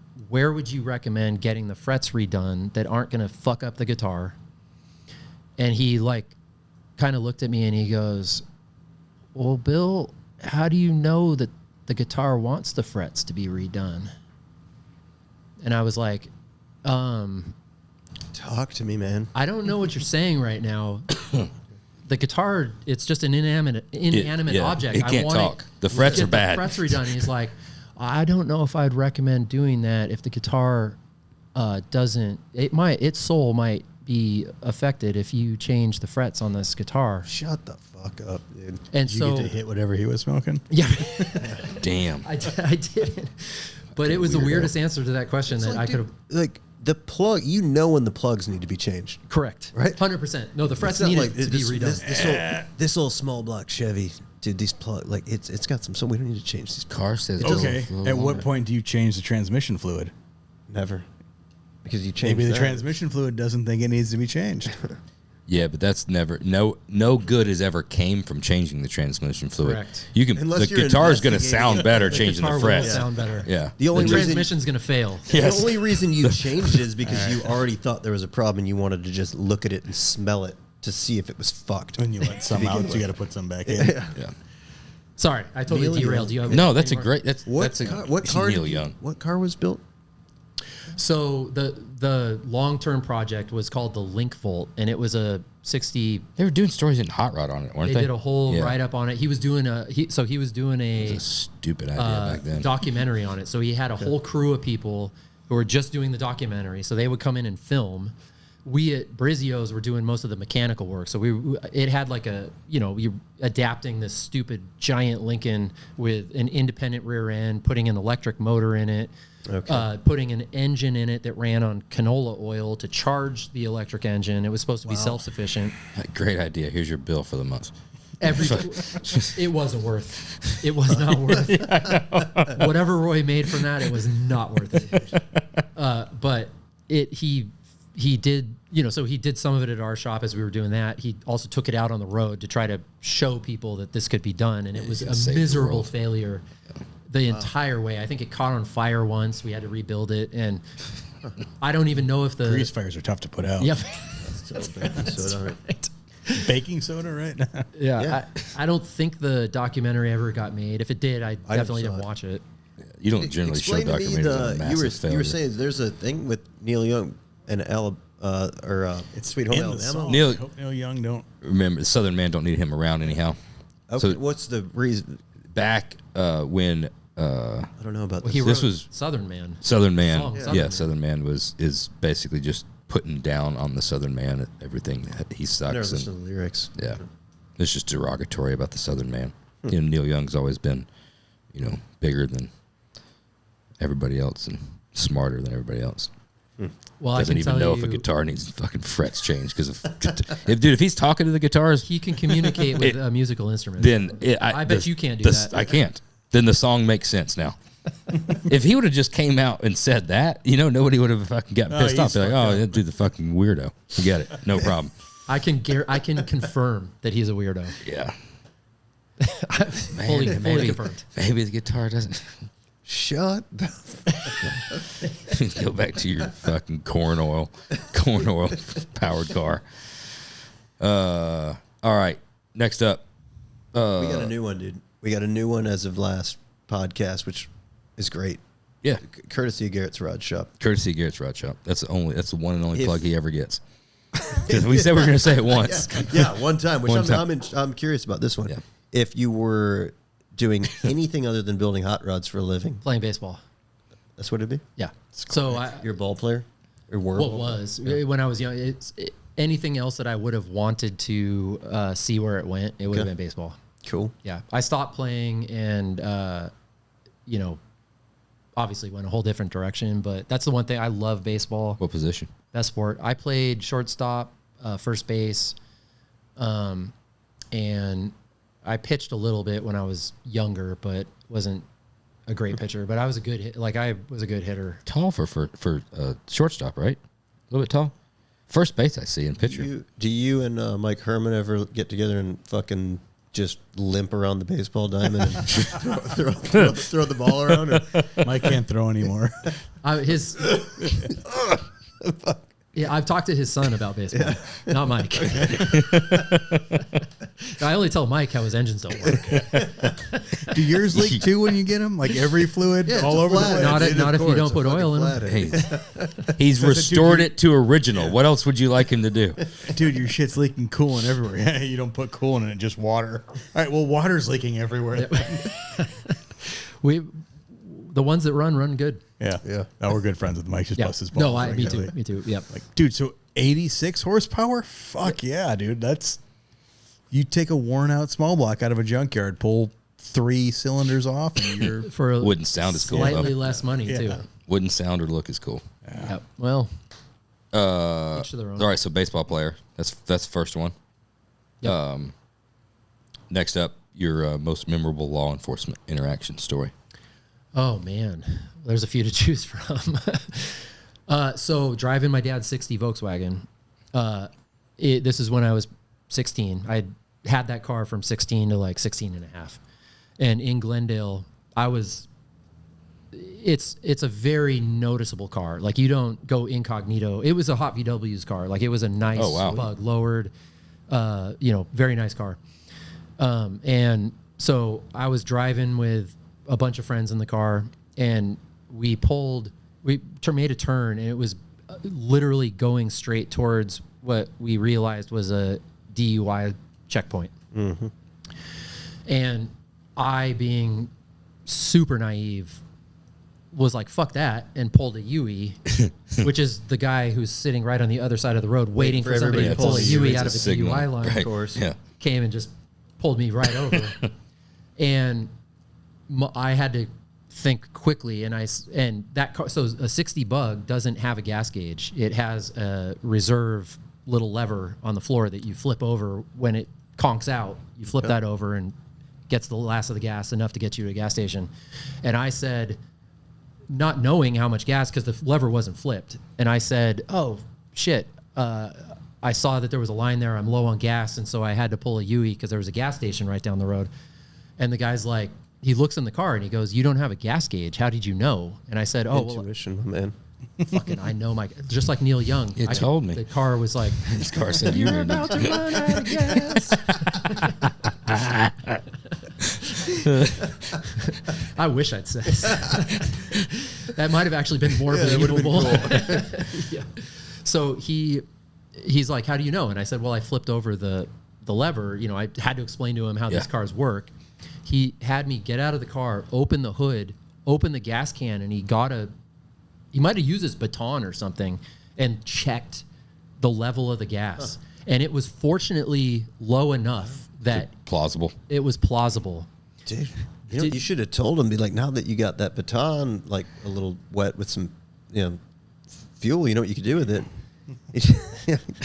I mean, Yeah, I know. Yeah. Good. Probably got Right. paint off and screwed up the carbs. 16-year-old kid with a cop that's about to let you go, you say, thank you, sir, and yes, sir. 100%. I was very accommodating. Yeah. Very courteous. And pulled it off. I got out of I probably was more high than drunk. So So I don't know. It was funny to you regardless. Then Just a great time. Just a great time. No, he let me go. I was the first of a few of talking myself out. I got a ticket in that car like the first day I drove it, just blowing through a stop sign like an idiot, and but that was one where I really got off pretty lucky. Yeah, especially DUI checkpoints. Like they've been planning that for a couple of weeks. And they're jazzed. At that point, just like, run, please run, please run. Exactly. Yeah. And it's a fucking idiot kid in a lower. Yeah. Like, not today, son, not today. How things have changed in California. Like today, like you go rob a liquor store now, and Yeah, but he still got pulled over for having drink the liquor and get in the car, and you're good to go. Like. Yeah. That's how I actually make most of my money. It's not building cars. Just go bump off liquor stores. Yeah, just do it in a modern car, like Phil said. Though. Probably an easy. That dude just robbed that liquor store. I'm not worried about that, but I don't think that's got carb certification. Yeah, I think got cats on it. Yeah. Last but not least, I probably know this is that circle back that we were talking about at the beginning. I'm super excited about this. I kind of know where this is probably going, but that's fine. That's why we do. That's why we play the game. Regardless of what you think the outcome's going to be. Burt Reynolds or Sylvester Stallone? Oh man, that's actually tough. It is. It's a really good question. So I'm gonna give a shitty answer because in theory, Burt Reynolds. In sentimentality, Sylvester Stallone, because I grew up on all the Sylvester Stallone movies. Yeah. So I feel like I know Sylvester Stallone, but I want to be. Yeah. You know the actor that he was portraying in a bunch of those movies. He's coming on the podcast. You don't know Stallone. Now, when you watch Burt Reynolds, you know Burt Reynolds because he didn't play characters. That was just him. Right. And I was looking. I feel like this could be a different direction here. Go ahead. Josh realizes he can't get Sylvester Stallone on the podcast, so by default, he's. Well, you taking definitely Burt's can't side. get Burt Reynolds on the podcast. We cannot get Stallone on the podcast. So me, you, Stallone, anybody. We're Foose, and Dale Earnhardt Jr. You can't. Dude, Can Sylvester Stallone talk anymore? Oh yeah, dude. He fucking talks like a. I love like what? stuff. What were you about to say? He talks like a what? Badass. He's got a different way of talking. Yeah, he's got. Is the only word he can pronounce narcissist? I don't know how you would say that. No. It's a different way of talking for sure. Yeah. But you know it's him when he's speaking. Yep. I think he's going to recognize, as this goes on, he's going to realize that I am undoubtedly his number one biggest fan. And I think he's He's going to come on the podcast. He's going to dude. I send think you he's an going autographed If he is a lunchbox. That's what he's going to send. autograph lunchbox. You think? He'll appreciate I think it. we're going to get him. I actually punched this into Chat GPT, thinking like there would be Some this would smoking be- gun. Yeah, there'd be a smoking gun that would favor Stallone. It broke AI. It could be the most controversial topic. It is an absolute 50-50 split even through Chat GPT.